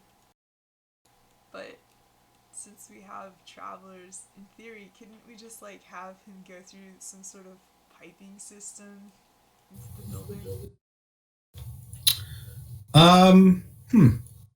Fence or whatever. Interesting application. I think I would probably allow that, yeah. Oh yeah, I want to do that then. Okay, yeah, you want. It's almost like you have a little surveillance drone that you can send in. In which case, entering this building through the piping. I mean, the water has been shut off for quite some time. Gas too. So that's not really going to interfere with you. If there was water in there, it might have like maybe slowed you down. Instead, you're able to enter this fragment storage company with your 3 travelers, I believe is what you have. So Yep. it's got 3 floors to it, maybe coincidentally. Each one of them having several different storage lockers. This place looks like it's been closed down for quite a while. So, but it was never like cleared out of the things that were kept in the storage lockers. So you have like 3 different floors. We'll say something around 20 different storage units each floor. Pretty large storage units. Yeah, I mean, I think it would, he'd send 1, 2, 3 through each floor, like through the pipes of those, and just have them just do a quick run around. Okay. Just to get any sense of what is inside. On the first floor, empty. Looks like, I mean, all the storage lockers are still closed up. Third floor, also empty. Second floor, 1 storage locker opened. Okay, good to know. That is the information that you're getting back. It is dusty, but it looks like there has been some foot movement through here. Could have been somebody going through it. Could have been squatters. But, coincidences in this town, not likely. Yeah. Okay. Then, yeah, he would let everybody know second floor storage unit. That's likely where you're going to find them. Or at least something or someone.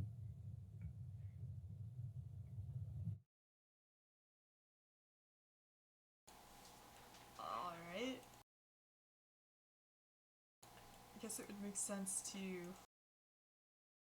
not go in through the front door. I can picture, like, just,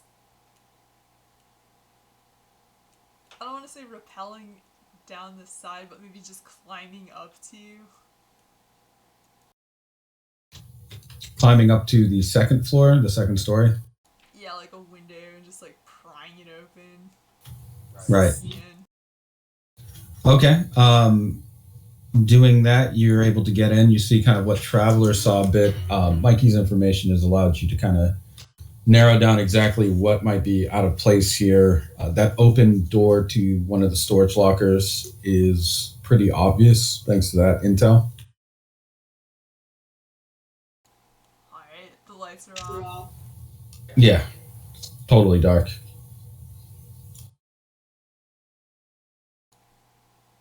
Okay, who's in the building with Fenya? Or did she just go in solo? I assume we're all going in different angles, right? Is what was said? Probably stick together. It's a pretty big building. I'm kind of thinking Mikey stay outside. Well, who's still outside and who's inside? I'll say that. I'm probably trying to slither in. Okay. So, Ice Peak and Enya inside, Mikey and Claudia outside? Does that sound... Oh, yeah, because if anything, she could also, like, perimeter rocks Okay. to trigger. Then, for those of you on the inside, Enya, that second floor door that was open, you see something come out of the door, but it's dark. You're a merman, so you can see in dark conditions. You're from the abyssal layer. So this is probably nothing for you. In which case you can clearly see what looks like a headless body wearing a prisoner jumpsuit floating out of that storage unit with its hands still cuffed together and its feet cuffed together. It's floating about a foot off the ground. Its feet are bare and looks like bloody. This body emerges facing the wall opposite of what it came out of, turns to the left away from you, and just begins to float very slowly down the hallway, as if it were on a patrol. Well, that must be the stand, she's thinking to herself. She's gonna walk in the direction it came from. See if there's a source. Like inside of that room? Yeah. The room is kind of a mess in there. It looks exactly like you'd expect a neglected storage locker to look. There's some sports equipment. There's looks like a grill, some old metal signage, a business desk, a couple of chairs, some cleaning supplies and equipment, mop, bucket, some like cleaner, like still in the bottle, kind of around that. So nothing exactly of note. There's no doors or windows that lead to like another part. Nope. Oh, that's lame. Alright, well she's gonna turn around and When you turn around, that body is floating at you at an incredibly high speed. Like it's barreling towards you at about, we'll say, 70 miles per hour, faster than you'd expect a car to be able to press the gas at you, and it's silent as it travels. okay, I mean, she's gonna engage it anyway. Okay, so you go to clash with this floating headless body that is just almost a blur as it's flying towards you. You can hear the chains rattling. For those on the outside, the front door opens to the storage company, and a man is slowly stepping out with his hands clasped together, holding a pistol. That man looks like... Where is he? Let's see. I mean, you recognize him, sort of. Who's the stand user? Looks like your friend Cortland. It's for you and Claudia, Mikey. Cortland is stepping out holding a gun, and he has a collar around his neck. There are some of those little puppeteering pistons tucked under his arms, and his movements are a bit mechanical. He's being pressed and pushed to walk forward.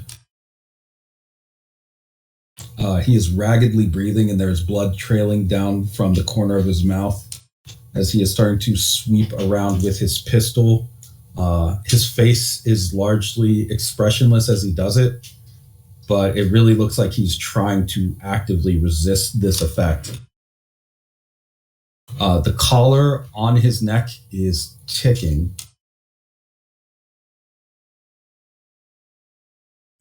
Oh shit, right, it's timed. His head's gonna explode out. If that bomb goes off, this man is, well, you know what happens. The inside, Enya and Icepeak, you are soon to have to be dealing with this sentry body, this guarding, floating body, this cursed ghost that is sweeping through the storage. On the outside, you've got another hostage situation, this one being armed.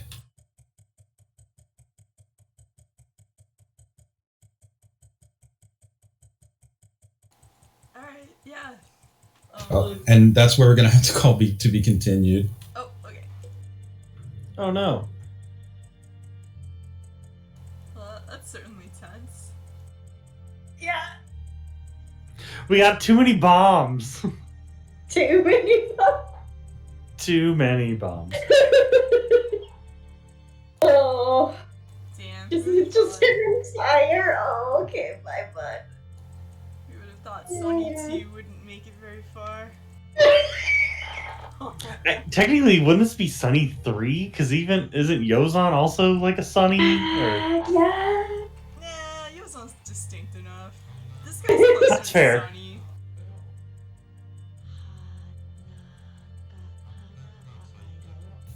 Yes, you guys now have to deal with horrific existential dread in your JoJo's. Congratulations. We always did. Yeah, but more.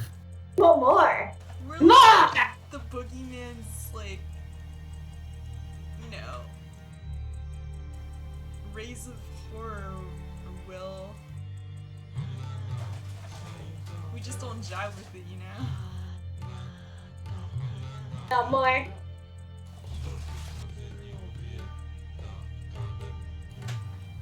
Definitely lots more fire involved with the Antichrist involved.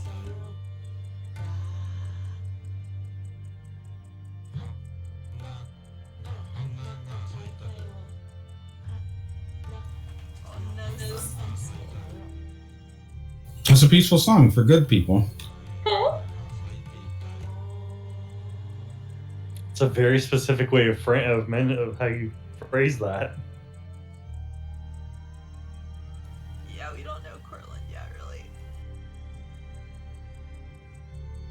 But why would they betray him? One wonders. Well, they need. I'm.